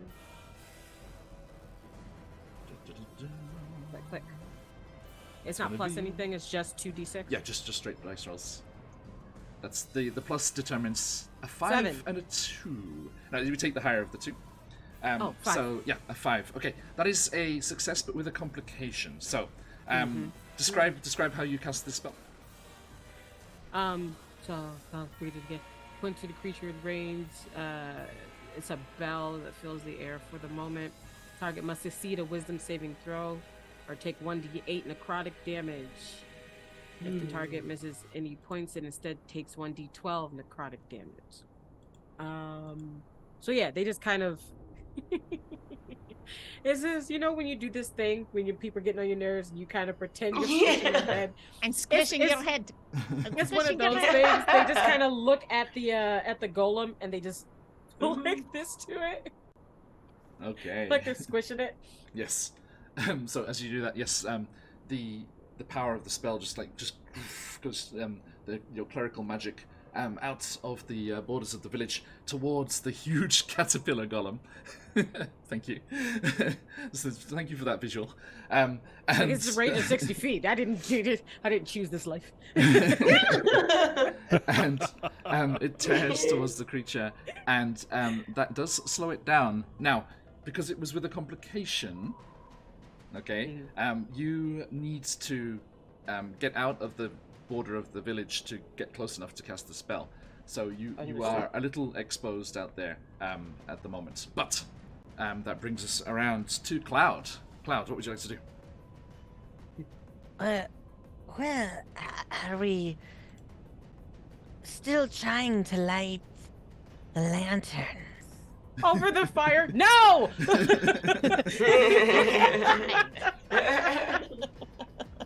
Light the caterpillar! Light the caterpillar! Okay. I don't think, because we're level 5, right? 3, 4, 5. Yeah. Yes. I had to count 2. There's too many. I know, right? So many. Yes. Cloud is a snake speaker ranger, and this farseer sorcerer. You parcel tongues. So many of them. I'm gonna go ahead and light 2 arrows on fire, and then I'm gonna send them both arcing over towards the caterpillar. Also, I love Gnomedic how one of your languages is just northern. It's just northern. Yeah. Hey up, caterpillar. Everyone's got a north. Everyone's got a north. There we go. Yeah. Okay. All right. Let's see. Okay. So so that's 3. I'll do the first roll. 3d6, yeah. No 6s. No, but the 5 is the best one there. So again, it is a success, but with a disadvantage there. Okay. Okay. So I think the. Oh, by the way, everyone, you can see how we've got the hit point boxes instead of using the actual number of hit points. Okay. So if you fail, you take damage. It's like this is you battling against the golem. Okay. Okay. So I'm not rolling to hit you, but if you fail, you'll take damage. So if you don't get anything over a 3, then you can check off one of those boxes. and a critical fail, which I don't see yet because it would have to be all ones. Hey, don't summon Don't that. say If this is what I think you're doing with the 2d6s, I have one more bardic that is one of inspiration those left. up to Yeah. Okay. So, Cloud, sorry, describe the effects of that spell once more. I'm so sorry. One more No time. problem, no There's problem. someone at the door. Yeah, no problem. What was the effects of the spell once more? Sorry, I got distracted. Not a spell.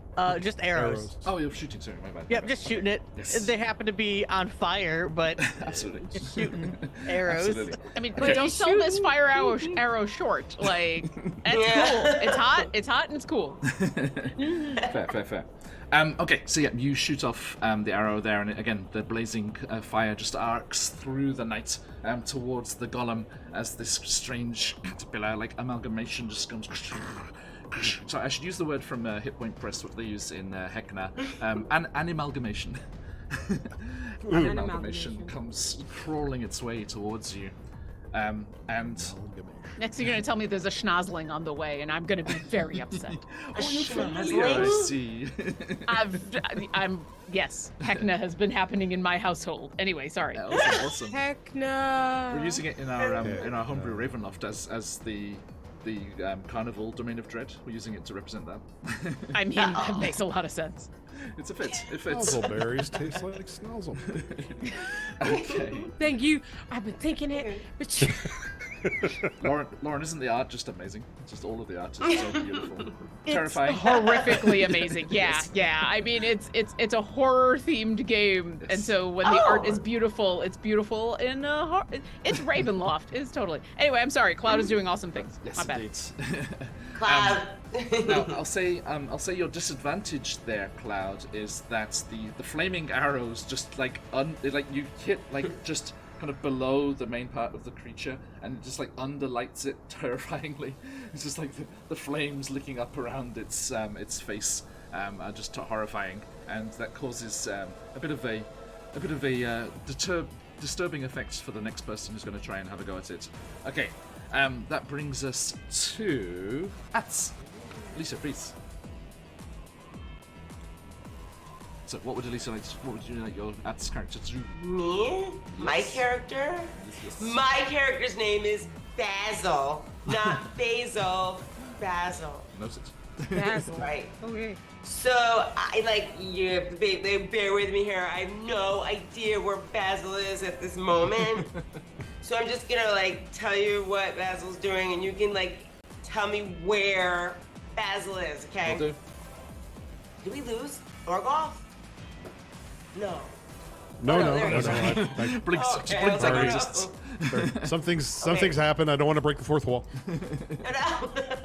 Okay, so Basil's a changeling, which is interesting because it's something I've never played before. Because nice. I'm gonna change her and be druid. What's up with the changeling? Anyway, Basil right now happens to be your normal neighborhood cat.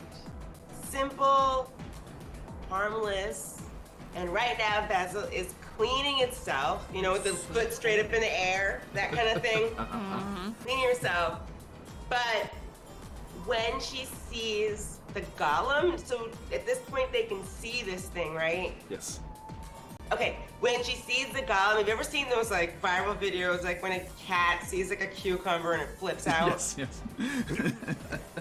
So she just puts it in the air like this, and she's gonna look out of the corner of her eye and snap right toward the caterpillar, spring up in the air and glare at this caterpillar, and the caterpillar has to make a wisdom saving throw, or it has to skip a turn as it reassesses its life's choices. Wow. Okay, so you with your... Yeah, that's the power a cat has. Yeah. There are Indeed. cats. Yeah, Cats that will is do a that. cat power. Reassess Oh your my life gosh. choices. Your spell roll is Think about what you've done. 3d6, Alicia. So can you roll me 3d6, please? Okay. Ooh, 1, 6.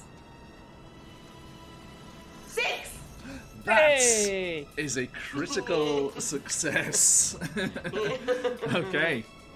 So, some part of this hideous amalgamation just reflects on. I think some part of it was a cat in one time, and it was just like, oh, I remember the simple times, and it does start to reflect on all of the terrible things that have happened here in Lamodia, and it will be skipping its turn and takes that psychic damage to boot. Okay, thank you. Nice. So the steams and cog workings of this thing just crunch to a halt, and it stops in the snow as it stops and thinks about this.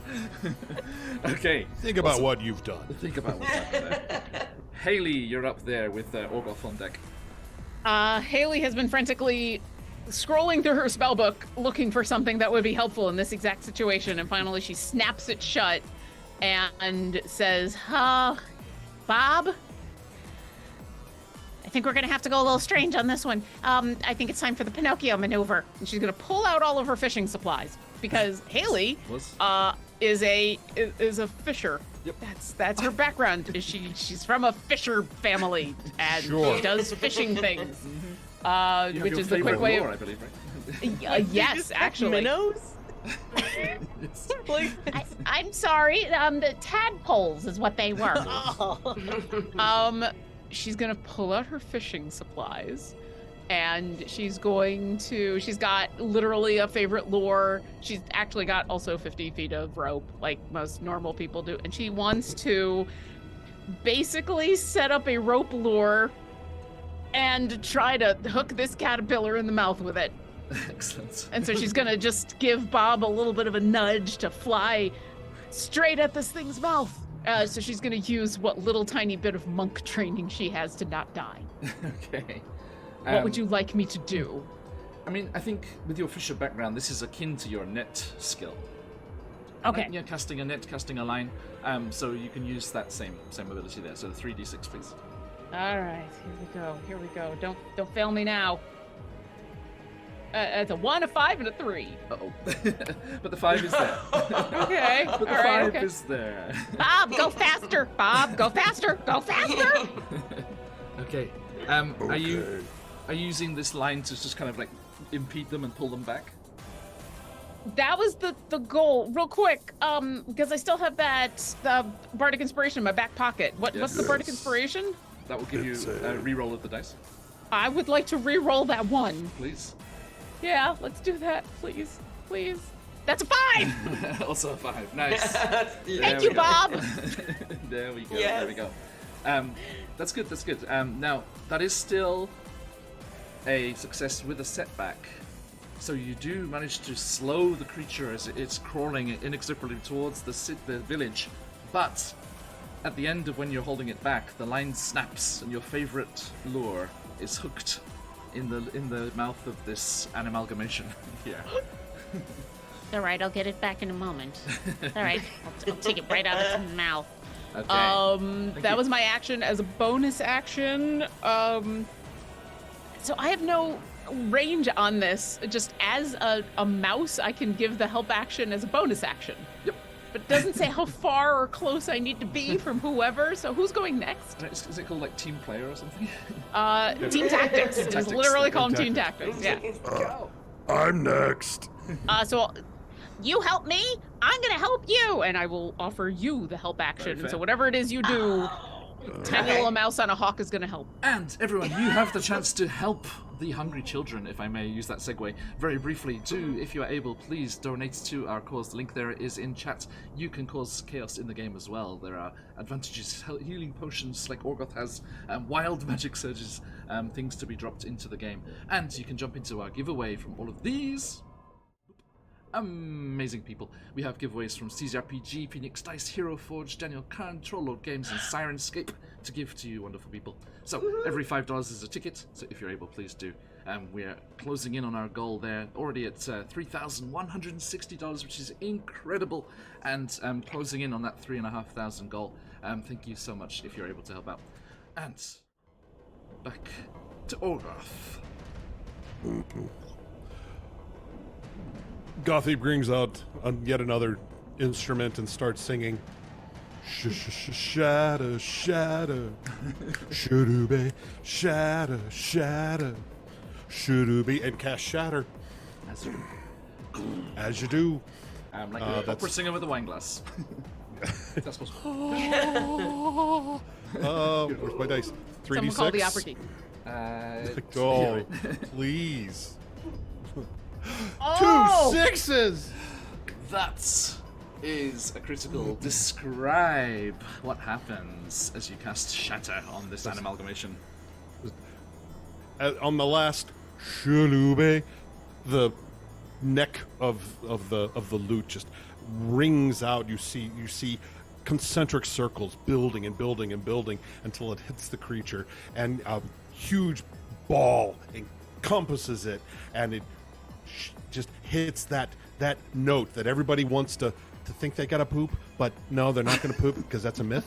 And then all of the there's just blurry. This creature just blurs as it vibrates at the perfect pitch. Amazing. And then some gouts of steam come out as it's damaged and broken. Some of the workings get knocked off kilter there, and that is a couple two damage blocks knocked off it there. As lightning crackles around the broken workings of this creature, and that brings us to the Amalgamation's turn. But it is busy thinking. Oh, life was so simple when I was a cat, or part cat. Oh, why can't I go back to that time? It's so cold out here. And it misses its turn as we're thinking there. And going around the overlay, Alicia, could you roll me a straight d20 for our paladin's next attempt to create his celestial shield? 9. A 9. You still have an okay. inspiration. I gave an inspiration. Oh, with the bardic inspiration. Yep. Yes. Oh, so what do I get? What D is it? Roll again. Oh, that's right. It's now we're back to D&D. Sorry. Crap. Fifth level bard. A D6. Yeah. Yes. Oh, you roll it? Do I roll it? Go ahead. You roll it. Okay. Oh, Can I D8. re-roll it? 'Cause I got No, a I'm 3. at third level. D6. A 3? Okay. Yeah, 3. And the first was a 9, right? Mm-hmm. Yes, That's so enough. remember I said before he needed a 12 plus his exactly ability what you skill. needed. That's exactly beats it, as we like to say. So you, with the musical inspiration of Orgoth, our paladin friend here, Archibald. Archibald starts humming along the same tune that you sang for him, Orgoth, and he sings it too much and repeats that one line from it too much, and it starts to grate on everyone's nerves a little bit. But the celestial lights gathering around him grows a little brighter, and the ritual is on its way to completion. Okay, brings us back to the top, Orchard, with Cloud on deck. What would you like to do? Muted. She's muted. Muted. Where am I? Because last I checked, I was looking at the.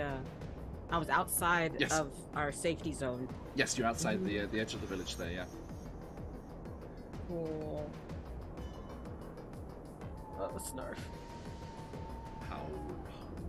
How far away is the horde, or is it just the big guy coming towards us first?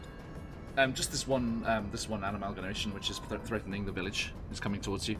But out here, there is a danger of the beasts being drawn towards the events happening, and you're beyond the edge of the firelight, so a little bit dangerous there.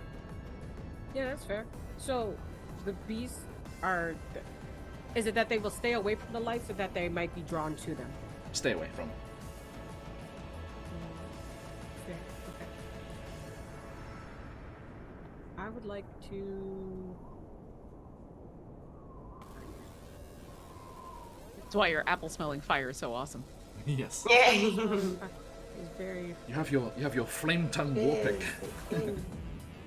Wait, what? It says it's supposed to be a sword, but they had a war pick.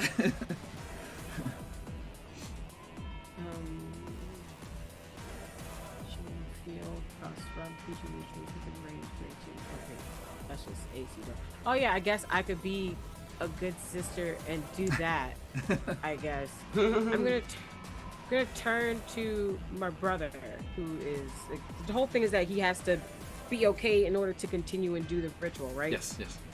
I'm going to cast Shield of Faith over him, and then I am going to use the dash action to continue into the darkness. Excellent. Okay, roll me the 2d6 for your spell ability. Do 2d6 to do. Roll. 2 ones. Oof. Okay. I did not use my bardic inspiration. Could I use that now? That will. No, that's only on thingies. You're right. I'm afraid so. So that is a critical failure as you turn to cast the shield on your brother that he can create this greater shield and protects the whole village. A vicious, snarling, kind of timberwolf-looking beast comes prowling out of the night. Its 2 heads snapping hungrily at you, and it leaps upon your back, biting and clawing at you. You lose 2 of your health boxes. 2 of just 5. Oh my god. Can I do something as a bonus action? Yes. Yes? Okay. Well, can I use cutting words as a reaction to change one of them? Roll me. Yeah, how does that work? Roll me your spell. Roll. Rolls 3d6. If you succeed, it will remove one of those. Okay. Yeah. 5, 2, and 3. Yeah, that is a 5. But you have to rush out of the edge of the firelight to help her, to help Orchard.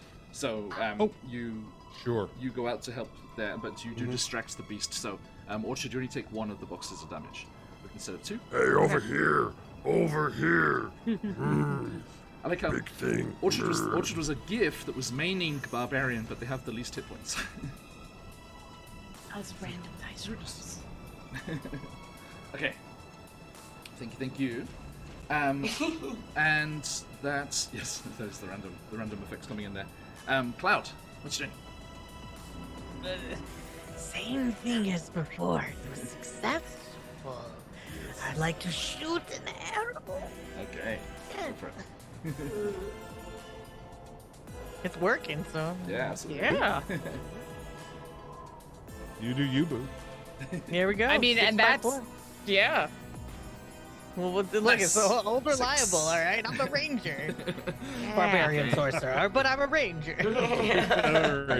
You slither on over to the side of the buildings there, and hold up against the side of the building, and another arrow just goes flying through the night and strikes the beast, causing more damage to the construction there. Okay, thank you. That brings us to Basil. Where the cat was. You guys now see a local. A local what? I don't know. I don't know where we are. But a local, because Basil has the folk hero. Yes. Background. Yes. So, yes. You don't even notice. But it looks like a local peddler with bags and things, like just hanging off them. And the local peddler strides forward and says, "Fear not, I have everything you could possibly need for sale." And he starts flipping open his jacket, and he has like, I don't know, hammers and crowbars and, yeah, what is this? And he reaches in and he's gonna take out like an iron pot, like one of those really heavy cast iron ones. Iron pots? And I want Eat it at them. Yes! Those things hurt. Yep. Reuben hit the head with a frying pan. That's what's gonna happen. Excellent. Okay. So Because I have attacks as a fighter. indeed. Just a townie coming over, lending a hand. Tasha's cauldron of attack your head. Indeed. Yes. Okay. They're not. Yep. Roll the d6 for that one there. Tasha's cast iron. Unicorns! Yes. Nice. Fantastic. Okay, so you yeet the iron pot, and it goes sailing through the air, clangs against the beast, and causes it to, rise up, howling in pain. And the other villagers are like, "It's Friedrich! It's Friedrich, the iron pot maker! They have returned! Our hero!" They've returned. I've got more things for sale. At a good price. You could use them. I promise, if we survive, we'll buy something. We'll buy so much stuff. Okay, excellent. Back around to Haley. You still have my lure. I want my lure back. And she's gonna point at where her favorite lure is sticking out of this giant caterpillar's craw. Yes. And she's gonna crook her finger like an actual hook and pull a little bit. And you watch as the lure in this creature's mouth kind of crackles with energy. And I mean, normally I would make it make a save, but I'm casting Mind Whip on it. So I guess I'm rolling my 3d6. Yes, indeed. Wow. Why you gotta do this to me? Oh, it's a 1, a 1, and a 2. Oof. Okay. How is this? Oh, You wait a minute. Give me back my lure. Ow, connect. ow, Now this ow. actually works. Now you kind of crackling with kind of lightning-like energy, right? No, well, it's technically psychic, but yeah, that was the We're flavor pulling of a it. Psylocke. We're pulling a Psylocke. Exactly. Right? So, Well, I mean, at this point, I don't know if I'm doing much of a Psylocke as I am a bad lock. crackles down the fishing line there towards the lure and connects. But all of a sudden, your mind is connected with that of the many creatures that have gone into creating this amalgamation, and you just hear the cries and the lamentations and the reaching out of all of those poor things that were put into this hideous construct, and it just floods back over you, and you take that psychic damage instead, I'm afraid. And because that was it wasn't all ones, you do have to get all ones across the board for the critical fail, but you do take a box of damage there. I'm afraid. I've got such an ice cream headache now. Ow! And Bob, get us out of here. And Bob is going to swoop, and I'm once again going to go over to Orgoth and go, your turn. And I'll give you the help action to help you in whatever you're doing. Yes. As I'm failing miserably, so go. Okay. Orgoth. So there's the Mothra is here, and Yes. also, and is there also another one that came out of the woods, or is that one? Nope, just the massive beast. Okay. All right. Am I within 60 feet of the massive beast, or You can can I be. get within? Yes, 60? indeed. Okay. I tell Olaf. Say, Oh, thank you, and please call me Gothy. And you see what Gothy normally pulls out an instrument from behind their robe, and this is they pull out a very long fish bone and points it right at the beast and says, I think you seem thirsty. And a wand of drowning shoots at this large creature. Yes, your magical item. Yes. So how do you do that in combat for blades? What is it as written?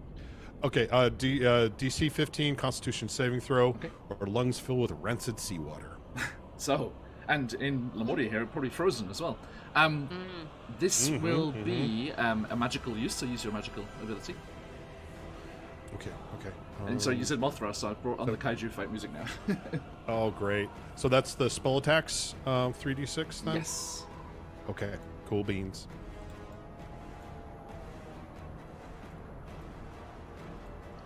What's it gonna be?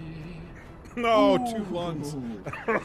Oh What? no! This amalgamation seems impervious. But Do I- I'm I have a offering help the help action? action. So Oh, what yes. what Yes, what of can course. that Yeah. get re-rolled? You can re-roll a dice. Yes. 1 die or all Yes. of them? One. it would One have of been. them? Okay. Sorry, I should have remembered. It would have been extra dice to start with, and that is a success with a complication. Okay. Nice. All right, so 1, and that, yeah. That's, Yes, indeed. Excellent. Okay, so yeah, you just see the creature kind of. I think rather than like it doesn't really have lungs per se, so just like the frozen seawater is starting to jamming up its cogs and all the workings of the creature, and it starts to crunch, and ice is breaking out of the side of its body, and it's like, and just like trying to move forward towards you, and that is its turn as it starts lumbering towards all of you, and getting closer to the village. It is going to excuse me, roll. Let's see what we come in with. Okay, it has a plus. It comes in with. It has 4d6 on its attack. This massive thing. Let me see which of you lovely folks it goes for. It is an equal opportunity monster. Let's see. Oh, nice. Okay. Oh my god. Oh, nice of you, John. Thank you. Cloud. Cloud. It really doesn't like those arrows. It seems. As the monster just comes lumbering through the snow towards the ranger on the edge of the village and rears up those spikes that Alicia very kindly gave us in our image of this thing. The spikes off its back start plunging down into the snow as it makes its slam attack here. Actually, sorry, three dice. 1, 2, 3. Roll. Ophidiophobia right there. That is a 6 on the highest dice. So I'm afraid, Cloud, you take a box of damage as the creature slams into you with one of those spikes against the wall of the building where you are leaning up against. Okay, and that brings us back to the end of the round. So staying with Cloud, sorry, busy right here. Could you give us a d20 roll for our paladin? Come on, Archibald. Go, Archibald. Archie. Come on, Archie. Archie. Archie. Archie! I don't have inspirations left, but I can chant. Oh. Do you regain them on your short rest? Rishi?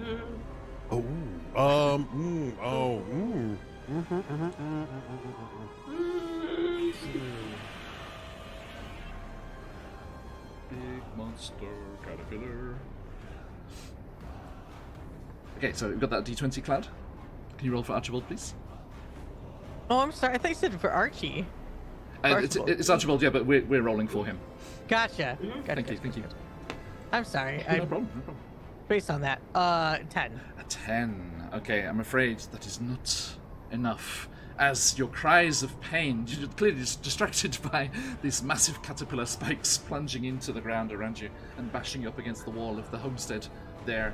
And the ritual does not progress to its final stages. It only needs one more. It needs 3 successes to finish the rite here. But that brings us Orchard, as your brother falters, seeing Cloud in mortal peril. What would you like to say? I was gonna go try to attack the giant caterpillar, but if there's something that if this is kind of like we just need the one more thing and then we would kind of be protected from him, can I run and go provide the help action to him with my own where are you, Lieutenant? It's not Sword of Faith. Try Sword of Faith again. Okay. Or Divine Favor. Yeah, absolutely. Prayer empowers you with divine radiance until the spell ends. Your weapon attacks deal 1d4 extra radiant damage. My brother's a weapon. Excellent. I mean, Nice. you are a war cleric, so that makes sense. Yeah. I mean, a shield is just a defensive weapon. That's all. Exactly. Exactly. Okay. Okay. So please make me 2d6 to see how successful this casting is. Okay. It's a bonus action. So if I fail, does that mean I can do it again? This is a bonus action. Does that mean I could do something else after this? Let's see. What is it going to be? Technically, yeah, you can. Technically, yeah, because wouldn't I be? Yeah, if this is your bonus Yeah, you should action, have you an still have your action, action after. Still have your action after this. But let's start with the 2d6 for this.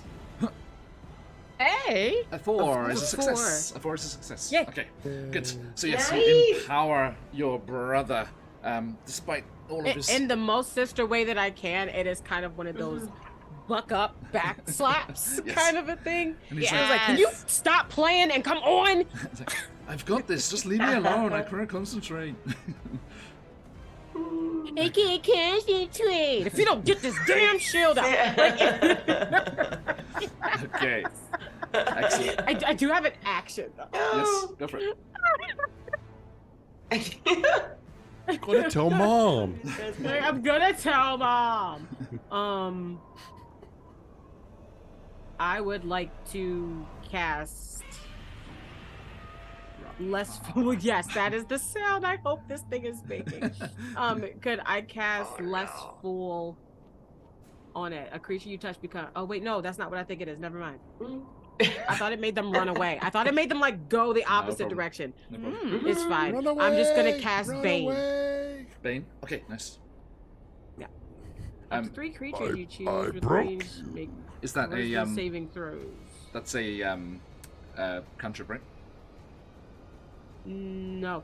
But because is that 2 spells then? Because what was the first one you cast? The other one was a. Oh, it's still a spell. You're right. Yeah, So I yeah. wouldn't be able to. You're right. You're right. You can. You just have to do a cantrip instead. Yeah. For a cantrip, that means that I would be able to. Well, that's terrifying. That is True a strike. cantrip. True strike. You say true strike, but I have sword burst, and that's a cantrip. Yep. That'll work. Right? Or dark maw, because that's terrifying. Dark choices. maw. Choices. Dark Yeah. maw. No, like thick Yeah. penumbral ichor drips from your shadow-stained mouth, filling your mouth with giant shadow fangs. Make a melee spell attack against the target. On a hit, the target takes 1d8 necrotic damage as your shadowy fangs sink into it. So I'm just gonna bite this thing. Okay. If you have a bite attack, such as from a racial trait, which I do think they have, or a spell like Alter Self, which I do have. I have Nice. Disguise Self, not Alter Self. You can add your spellcasting ability modifier to the damage roll, Nice. but not Well, to the temporary hit points. Yeah, that doesn't account here. So yeah, make It your doesn't hit here. make your magic attack. So the 2d6, Let's go. and as the Nom nom this caterpillar. Let's see. Okay, here we go. Is he giving Archibald grief? He's like, bite me. He's like, I'll do you one better. Oh no. I have something. Can I bardic inspiration myself? I am a bard. Oh, still there. Try yourself. Yeah. This is my fight song, and then it just goes, and then it's like that's gonna be like the whole thing, that whole like moment. Yes. Yes. It's just a D4. Okay, slow motion. As that the music rings out, and you leap through the air hungrily towards the caterpillar. Nom, nom, Well, see, nom. whatever I roll is gonna make it a success. One more dice. No, it's just one reroll. When we roll, Yes. Hasha.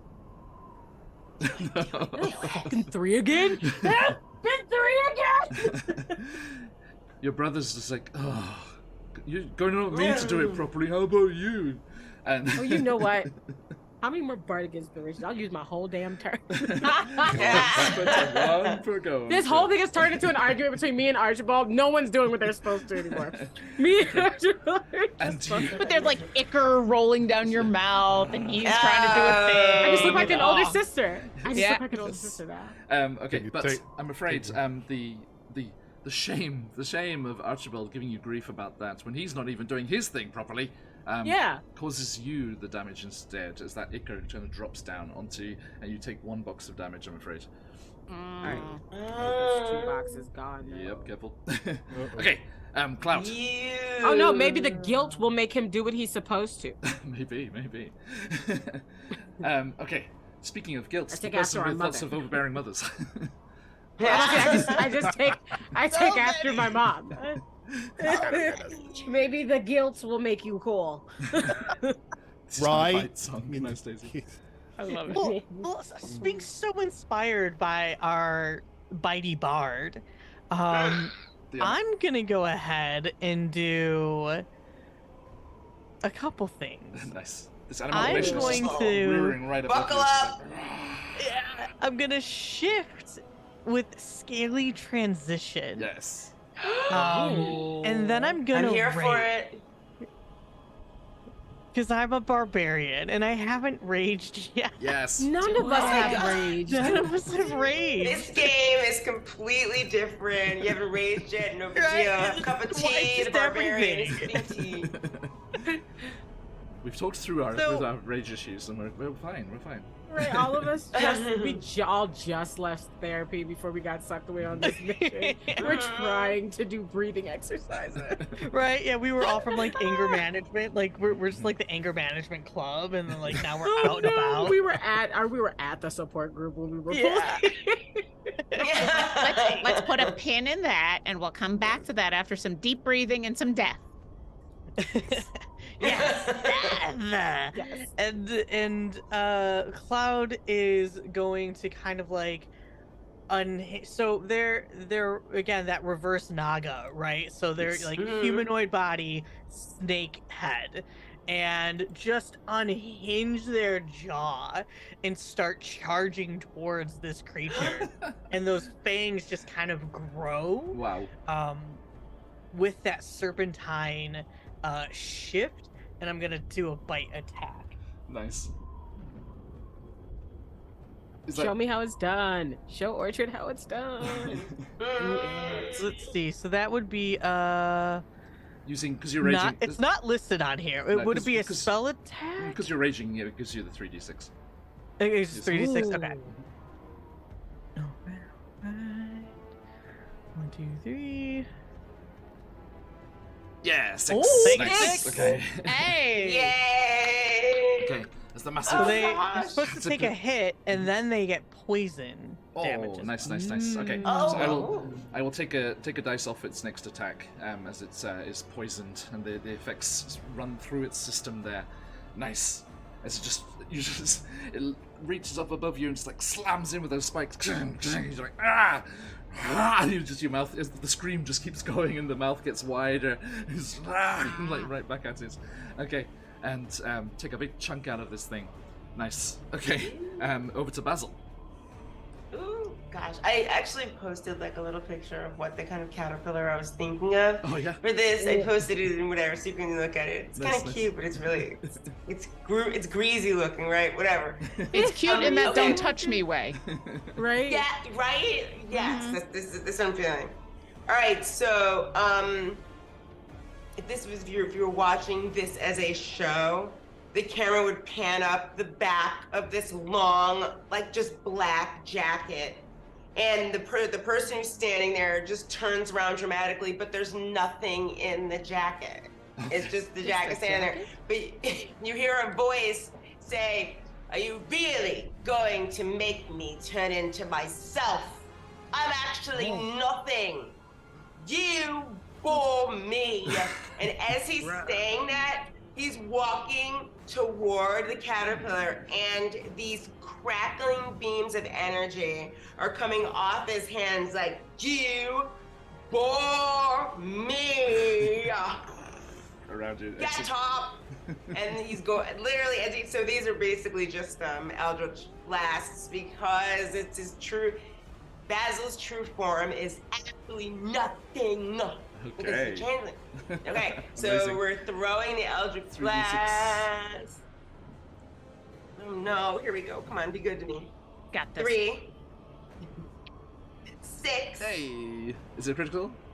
4. Okay, so that is a success. The 6 is, you take the highest score there. So, Okay. as you do that, yeah, the energy crackles forward again, slamming into the amalgamation's form, and it's like,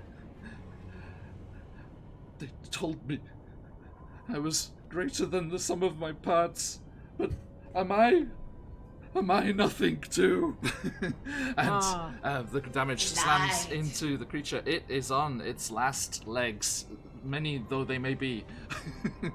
It's on the last of them. Okay, excellent. Amazing. The one. The You one. see- I've never played nothing before, so Right? It's a chance to try new things, right? And yeah. you start to hear some of the villagers in the background. Friedrich?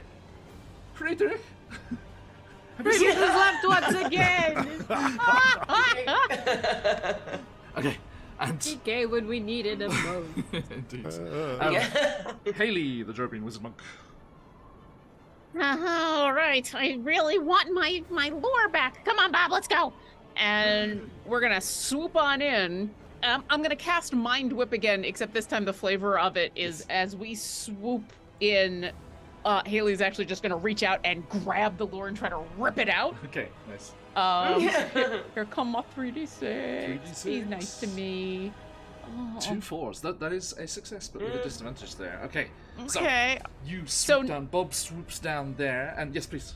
I'll say, so normally with this, they take a bunch of psychic damage. They also don't get a reaction until their next turn. Moreover, on their next turn, they have to choose whether they get to move, an action, or a bonus action. They can only do one. Excellent. So Okay. no so- reactions, and The they can only do warts. one action. As we fly by, and I grab the end of my lore, and I go, mine! mean. Okay. Excellent, excellent. And then, Yes. well, I'm gonna have a bonus action, but I'm sorry. Go ahead. Okay. Oh, yeah. This might change that. The disadvantage to that success is that you grab onto the lure, and Bob just keeps swooping, as they love to swoop, and you get the lure in your paws, and it is starting to come free, and you will be able to tear it free, but you are hanging from it from the beast's mouth. That's perfect. My bonus action was Bob, get him! and because as a bonus action, I can tell my familiar to attack. Nice. Now here's the thing, because I am a familiar wizard, I'm a familiar master. I get all kinds of like bonus stuff. Yes. But it sounds like with the 3d6, I'm just doing 3d6 as a strike, the bird strike. Let's have a look here. So it's what is it, an eagle? So they're a hawk. Hawk. Okay. But I get all kinds of bonuses because he's technically a greater familiar. Indeed. He shares his combat with me. I use a bonus action to tell him what to do. Okay. Your familiar's actions are enhanced by the magic bond you share when making attack rolls. It gets to use my spell attack bonus. Nice. Or its normal attack bonus, whichever is higher. So I'm assuming my spell attack is higher. What's your plus? Well, my spell attack bonus is the Plus 3d6. The 3d6. It's actually the same. The Hawk's attack is also 3d6, as it's a +5. So the way we do this Blades Out system is a d6 per +2 in the regular D&D rules. Okay. So it also has 3d6, but because it is a greater familiar and supercharged, it is coming fueled, just crackling with your arcane energy, and you can roll 4d6 from that extra attack there. Get him, Bob! Its nest is in a gated community. Nice. There's a 6 in there. There's a 6 and a 5. So yeah, his claws just Nice. Sorry, Haley. and he just leaves me behind. He just rakes across the side of this. I mean, it's a giant caterpillar, and he's a hawk. This just looks like big lunch. Indeed. Wait. Indeed. He's like, Anybody got induced I could eat this one, right? Relarge, unlarge. You can listen. You can eat as much of it as you can fit into your maw, and then come back for me. God, As I'm just hanging on to this lure, the tiny little mouse. Fabulous. Okay. Orgoth. oh my god. The vast caterpillar is rising up. The shifter cloud is biting chunks out of it. The little Durbine wizard monk is hanging from their lore, precious lore in its mouth. There is a cloak full of a whole lot of nothing, causing it existential crisis. And Orchard is arguing with her brother. The drama. Gothy started singing, I want a girl with a short skirt and a long jacket. And cast Shatter again. Okay. Excellent. Roll it. 3d6.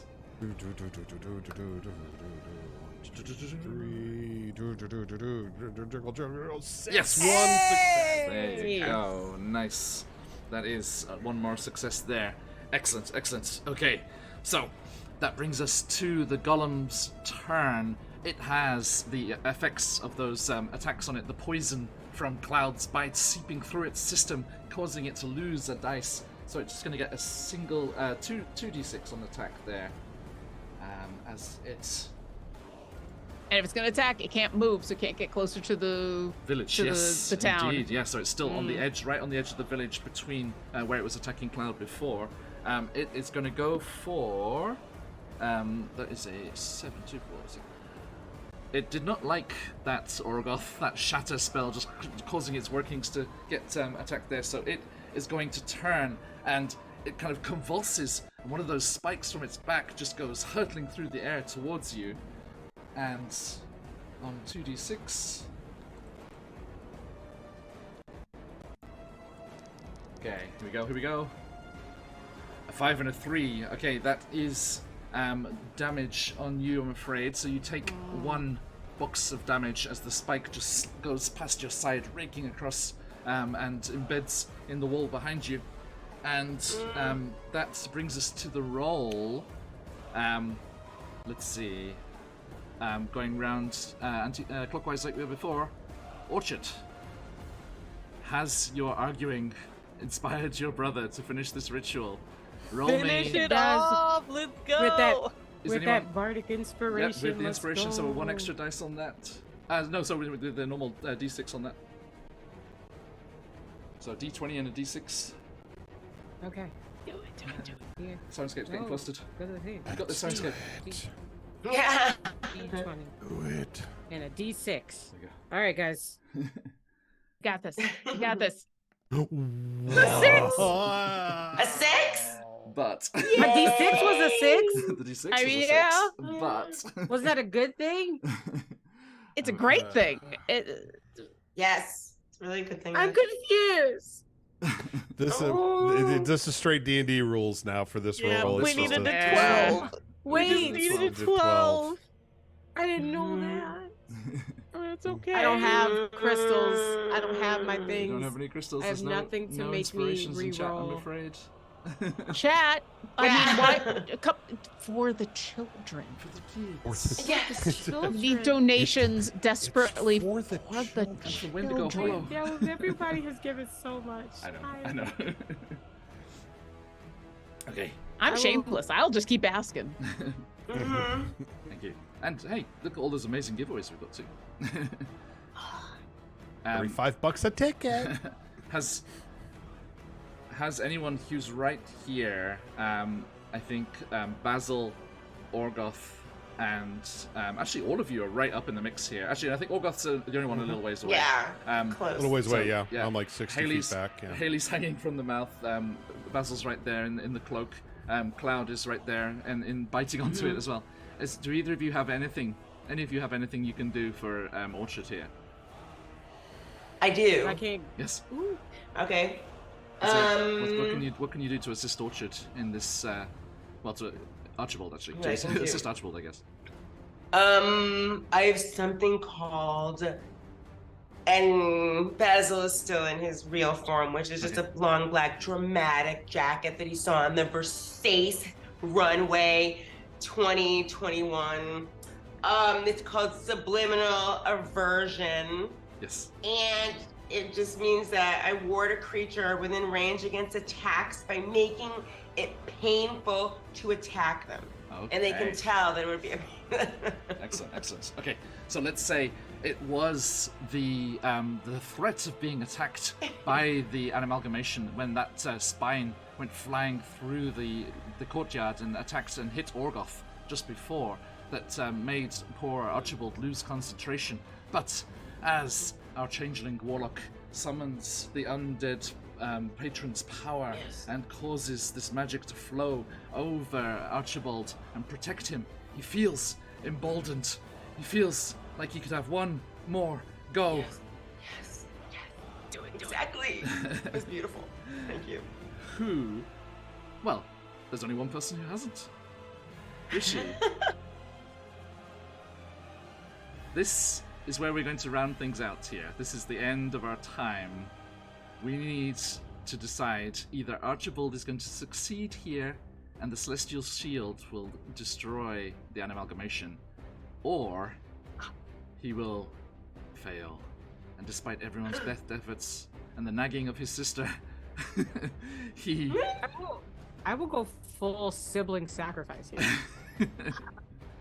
Sell me. What is it?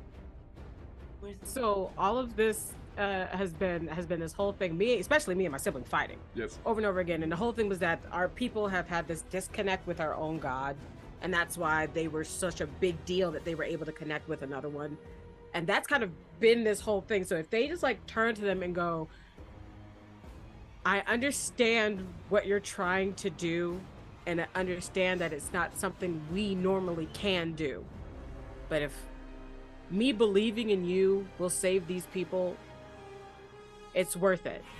And then like in full they're, because they are the like ritual caster, the war cleric. Yep. They will just go full, their rage will be them giving all of that to their Okay. brother to give them one final boost. Okay. That's cool. So with the celestial might of this sibling connection, Rishi, roll me 2d20 and hope that one of them is more than a 12 or more. Oh, May the great. force be with you. Right? also I'm with you. crossing everything. Yes! That Yes! is 2 and a 15. 12 Yes! and a 15. Yes. The siblings Oh, do yeah. it! Oh, Yeah! yeah, the siblings do it. Yay! Oh, yeah. Amazing. Job. As Orchard's final recognition and acceptance of their sibling and the ability that they can do this flows through the GIF paladin, drops to one knee heavily, his longsword planted in the center of the town square. The already gathered celestial energy starts to brighten and swirl around the gathered group, casting more light than any bonfire or lantern around the exterior of this huddled community in the wilds and the frozen dark of Lamore. And as your energy channels into Archibald Orchard, you just place a big hippo hand on his shoulder, and the celestial light starts to widen out, moving broader and broader, greater radius all the time, out to the edge of the village as it hits the undead creature that is the Animalgamation. It roars in pain as the celestial shield drives it back. It writhes, reaching up into the night sky, blotting out the stars, and plunges down, burrowing into the ground, disappearing into the underdark of this realm of Lamordia, down into the caverns and tunnels, there to haunt another place. But Wendigo Hollow, this village, unfortunate enough to be caught up in the domain of dread, in all of the dangers and threats posed here as punishment to the Dark Lord, for now at least, is safe from the undead, safe from the awful creations of those in the city nearby, and the celestial shield sparkling through the night protects the villagers. And they turn to you and start to gather, emerging from their homes. One of them really quickly as it's on fire. Oh my god. Emerging from their homes, they praise be the day that these adventurers arrived and saved their village from this terrible construct. The changeling warlock druid fighter that brought word from the city that it was on its way and warned them. The shifter ranger barbarian sorcerer that was really good with arrows and good at lighting things on fire. But that was my house. Too good. The Gerbine wizard monk swooping around on their hawk companion. Well, unfortunately, Yes. I gotta say, it's just Bob right now because Haley is still holding on to this lure, is stuck into this worm, going, "Give me that lighter! Let it go!" The credits. That's the credits. Do you still hanging on? There's the credits. The camera's panning past all of you, looking trying so epic hard and to keep amazing, up. and then it's just Bob. It's just Bob. It's like the ending credits of a Pixar movie. It's like an animated, like little, like cute Right, thing. I'm telling you, then it's just a little. little mouse house. Give me back my lure. The search for Haley. I hear a reboot. The orc bard barbarian druid Orbuff. Yes. And, of course, the GIF barbarian, artificer, bard, cleric. And more importantly, one more title to add on to the end of that. Jeez. As Archibald turns to you and looks up. And, sister, as you're all bathed in the light of the celestial barrier and the shield is created. Yay! Good job. The sibling rivalry saved the day. It Yes, did. right. It's like You- you're still a little bitch. Still a little bit. It's That just was Mom's majestic favorite. music. It's like You it's just hear like, cries of joy, but also a group of villagers parading through the streets of their saved village with a rather soulful bong, as a collection of villagers parade through the town, on their shoulders bearing the cast iron pot of Friedrich, who they assume was destroyed. The martyr all of the this chaos. tale, you guys. As they hit it with a ladle. Bong. Bong. Oh And no! this mixture. Sleep in the dark grave, let him now be laid. This bittersweet end to this adventurer's tale, as you are celebrated and Friedrich is mourned. Basil gets to attend their own mourning. I mean, that's Like, Wow, that's full all Huckleberry Peaky Finn. Blinders shit right there. Very Yeah. full. I mean, I gotta ask though, you're a changeling. Basil, is this like the first time that's ever happened, or have you hung out How at your many own of your funeral? own funerals have you gone Yeah. to? Like, As wait we- a second here. As we wrap up, as the folks back play home about me? soar. Just the opposite of are we the villains? It's like, am I the antagonist? Like, Is is it- this, the this baddies? my Are way we to the the baddies?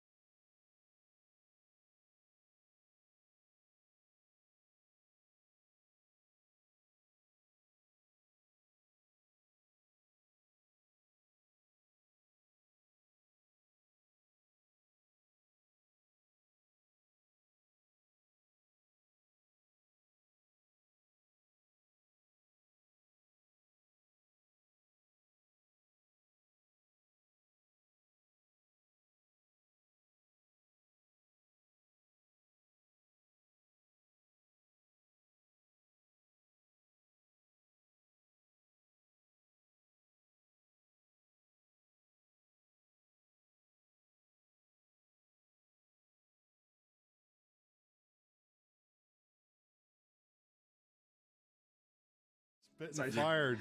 It's because I remember we were looking at the yes, I fixed the audio on the 5-camera version of that screen, not the 6 one. Sorry. All right. That's what that was. Sorry everyone. Sorry about that. Yes, I was Last just 20 minutes of this game. But chat already saw that. They saw. They got to see that at the start. I was recapping for the players what the Chaos Gen had thrown up for us there. Yes. That was amazing. But Alicia, I think that was meant to be there because it does say at one point if things are going nowhere, which they were proceeding. That's not a little unfair. But a new adventurer turns up.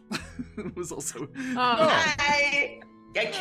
about to go Perfect. somewhere. Yeah. The fates have spoken. Right. Afterwards, there is a procession. And sorry, all in there. Okay, so thank you all as our adventurers return back through the dimensions, escaping the mists of Ravenloft, as so many are unable to. And Haley hurtles through the Underdark of Lemordia. No, Haley, we're gonna have to go get her. Now we have to do this again so we can go get her. There you go. She's That's got our her next roulette. She's got her feet planted on the side of this caterpillar. She's grabbing the lure, and she's just, give it back. I want it back. No. Where are we? Where are we going? What's going on? Right, you hit one good loop and you're like, well, that was no. Oh. And a bunch of people are chanting Muad'Dib, Muad'Dib. All right. I am that little mouse from the beginning of Dune. That's exactly what I am. Thank you. I Thank you. can't remember the name of that mouse. Yeah. Nope, but I Amazing. get. Yeah, I get it. Amazing. Good. Okay, so a massive thank you to all of you lovely players and everyone who's joined us in chat. Thank you for those donations and helping sow the chaos in here. And also for everyone who's donated throughout our campaign so far. Incredible, up to $3,180 already. Incredible. And we have 2 more sessions from us. I'm not sure if our friends over at Guild Superior have some more or not. But if we do, please watch the socials and catch up with them. And do join us as we'll be back with 2 more, which I should talk about at the very end. But let me first let these people say goodbye and talk as well. Alicia, thank you so much. There's such a crazy schedule and everything going on there. Thank you for still jumping in regardless, and it was wonderful to meet you and play with you. Thank you. So where can people find you in the me? digital sphere? Okay. Yes. Sorry, thank you. Yeah, thank you guys for letting me jump in late. I literally got off a plane, came right from this. Why I look like this. That's what I see. Thank you so much. I'm on socials at Alicia. Right. I'm on socials at Alicia Body. I'm a custom artist and RPG performer, and everything I'm doing, I talk about on my socials. You can't keep me from talking about it, so visit me and find out what I'm up to. Thank you. Nice to Thank meet you. everyone. You too. Thank you. And Cloud, who are you when you are not this Ranger Barbarian Salsa? Yeah, I kind of want to play this character again. Like, I really I want to play a gift so bad now. I would love it. I found that art. I found that art, and now I'm so hooked. Yes. Right? Yeah. My name is Gnome. You can find me everywhere on the internet as Gnomedic. I do TTRPG things in TTRPG spaces. Thank you. That's it. Thank you kindly. That's what I'm doing. Awesome. Thank you so much. And Orchard. Orchard, but that's who I played in the game world. In real life, I'm a honey buns. It's just where you can find me on Twitter, and Battle Scar Bunny here on Twitch. Again, where I cry at my own choices. The most recent thing that I'm planning on doing is to go on it's bad. My friends and me all call it bean races instead of Fall Guys. So I really almost said I'm gonna play bean races. You got, but they have this season has the new builder, like the builder set on it. So I am challenging anybody who wants to build, basically like Mario course level. If you want to build a course and see if I can survive it, let's see. Invite me to your server. Let's see how many times I die before I make it to the end. Awesome. But that's normally where you can see me if I'm not here on Wednesdays. Thank you. Yes, we'll be back in the other Underdark when we do that. Thank you. I also need to get on the road because my partner got off 20 minutes ago. Oh, no worries. Can you leave your camera on? I'm gonna leave my camera up. Thank you. You're awesome. Thank you so guys. much. It's game over. Yeah. Game over. Game over. Love you. Bye. It's hysterical. Breaking the fourth wall. Orgoth, so funny. please. Literally. Oh, hello, I am the Maharishi and all the Twitters, Twitches, and the Talks. I'm a cog in the corporate machine by day, and at night you can find me playing a lot of TTRPGs. Come to my Twitch and see me, and they'll be redirected to wherever I am. And what a wonderful game this was. Thank you so much for having me. I'm just like fan squealing the whole time. Thank you as well. And last but certainly not least, by any measure you care to employ, Haley. I'm Lauren Urban. I'm not important though. What's important is no Kid Hungry, which is an amazing charity, and you should absolutely donate to it if you have the opportunity. If you did donate tonight, thank you so much. If you did not have the funds to donate, because you know what, we've all been in that position, thank you for being here to support this awesome game and all the people that are on it, and we'll see you next time. Bye. Thank you so much. Yes, a wild ride as always. Thank you all, and we are QuestJunkiesUK. We play lots of D&D and other TTRPGs, and we'll be back with 2 more sessions in this campaign of ours before we finish up fundraising for No Kid Hungry. We have original giveaways for every session, so jump in. If you are able to donate, please do, and you can get the chance to win some amazing prizes there. We'll be back later on with our doomed Wackyverse timeline, The Dark of Xerxes, our Spelljammer campaign, their second session with the 4th crew member arriving. Safia is joining us for the first time, and another special guest who is a surprise. So jump in for that. That is going to be at 9 a.m. Eastern. And then on Sunday night or Monday morning, depending where you are in the world, we'll be finishing up our finale.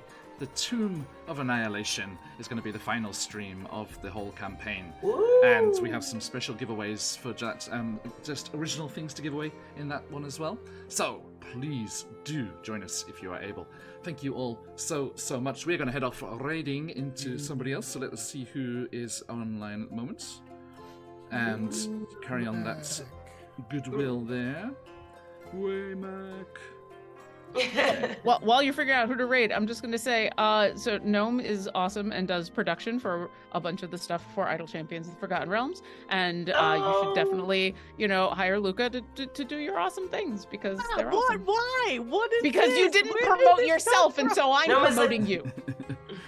Done. See, there, you see? Okay, our friends, our co-fundraisers here on our No Kid Hungry stream. Guild Superior are still doing their stream, so let's jump into their last ending stream of theirs as well. They've been playing some Blade Runner over there with our friend Darling Creepshow and others. So let us jump in on that.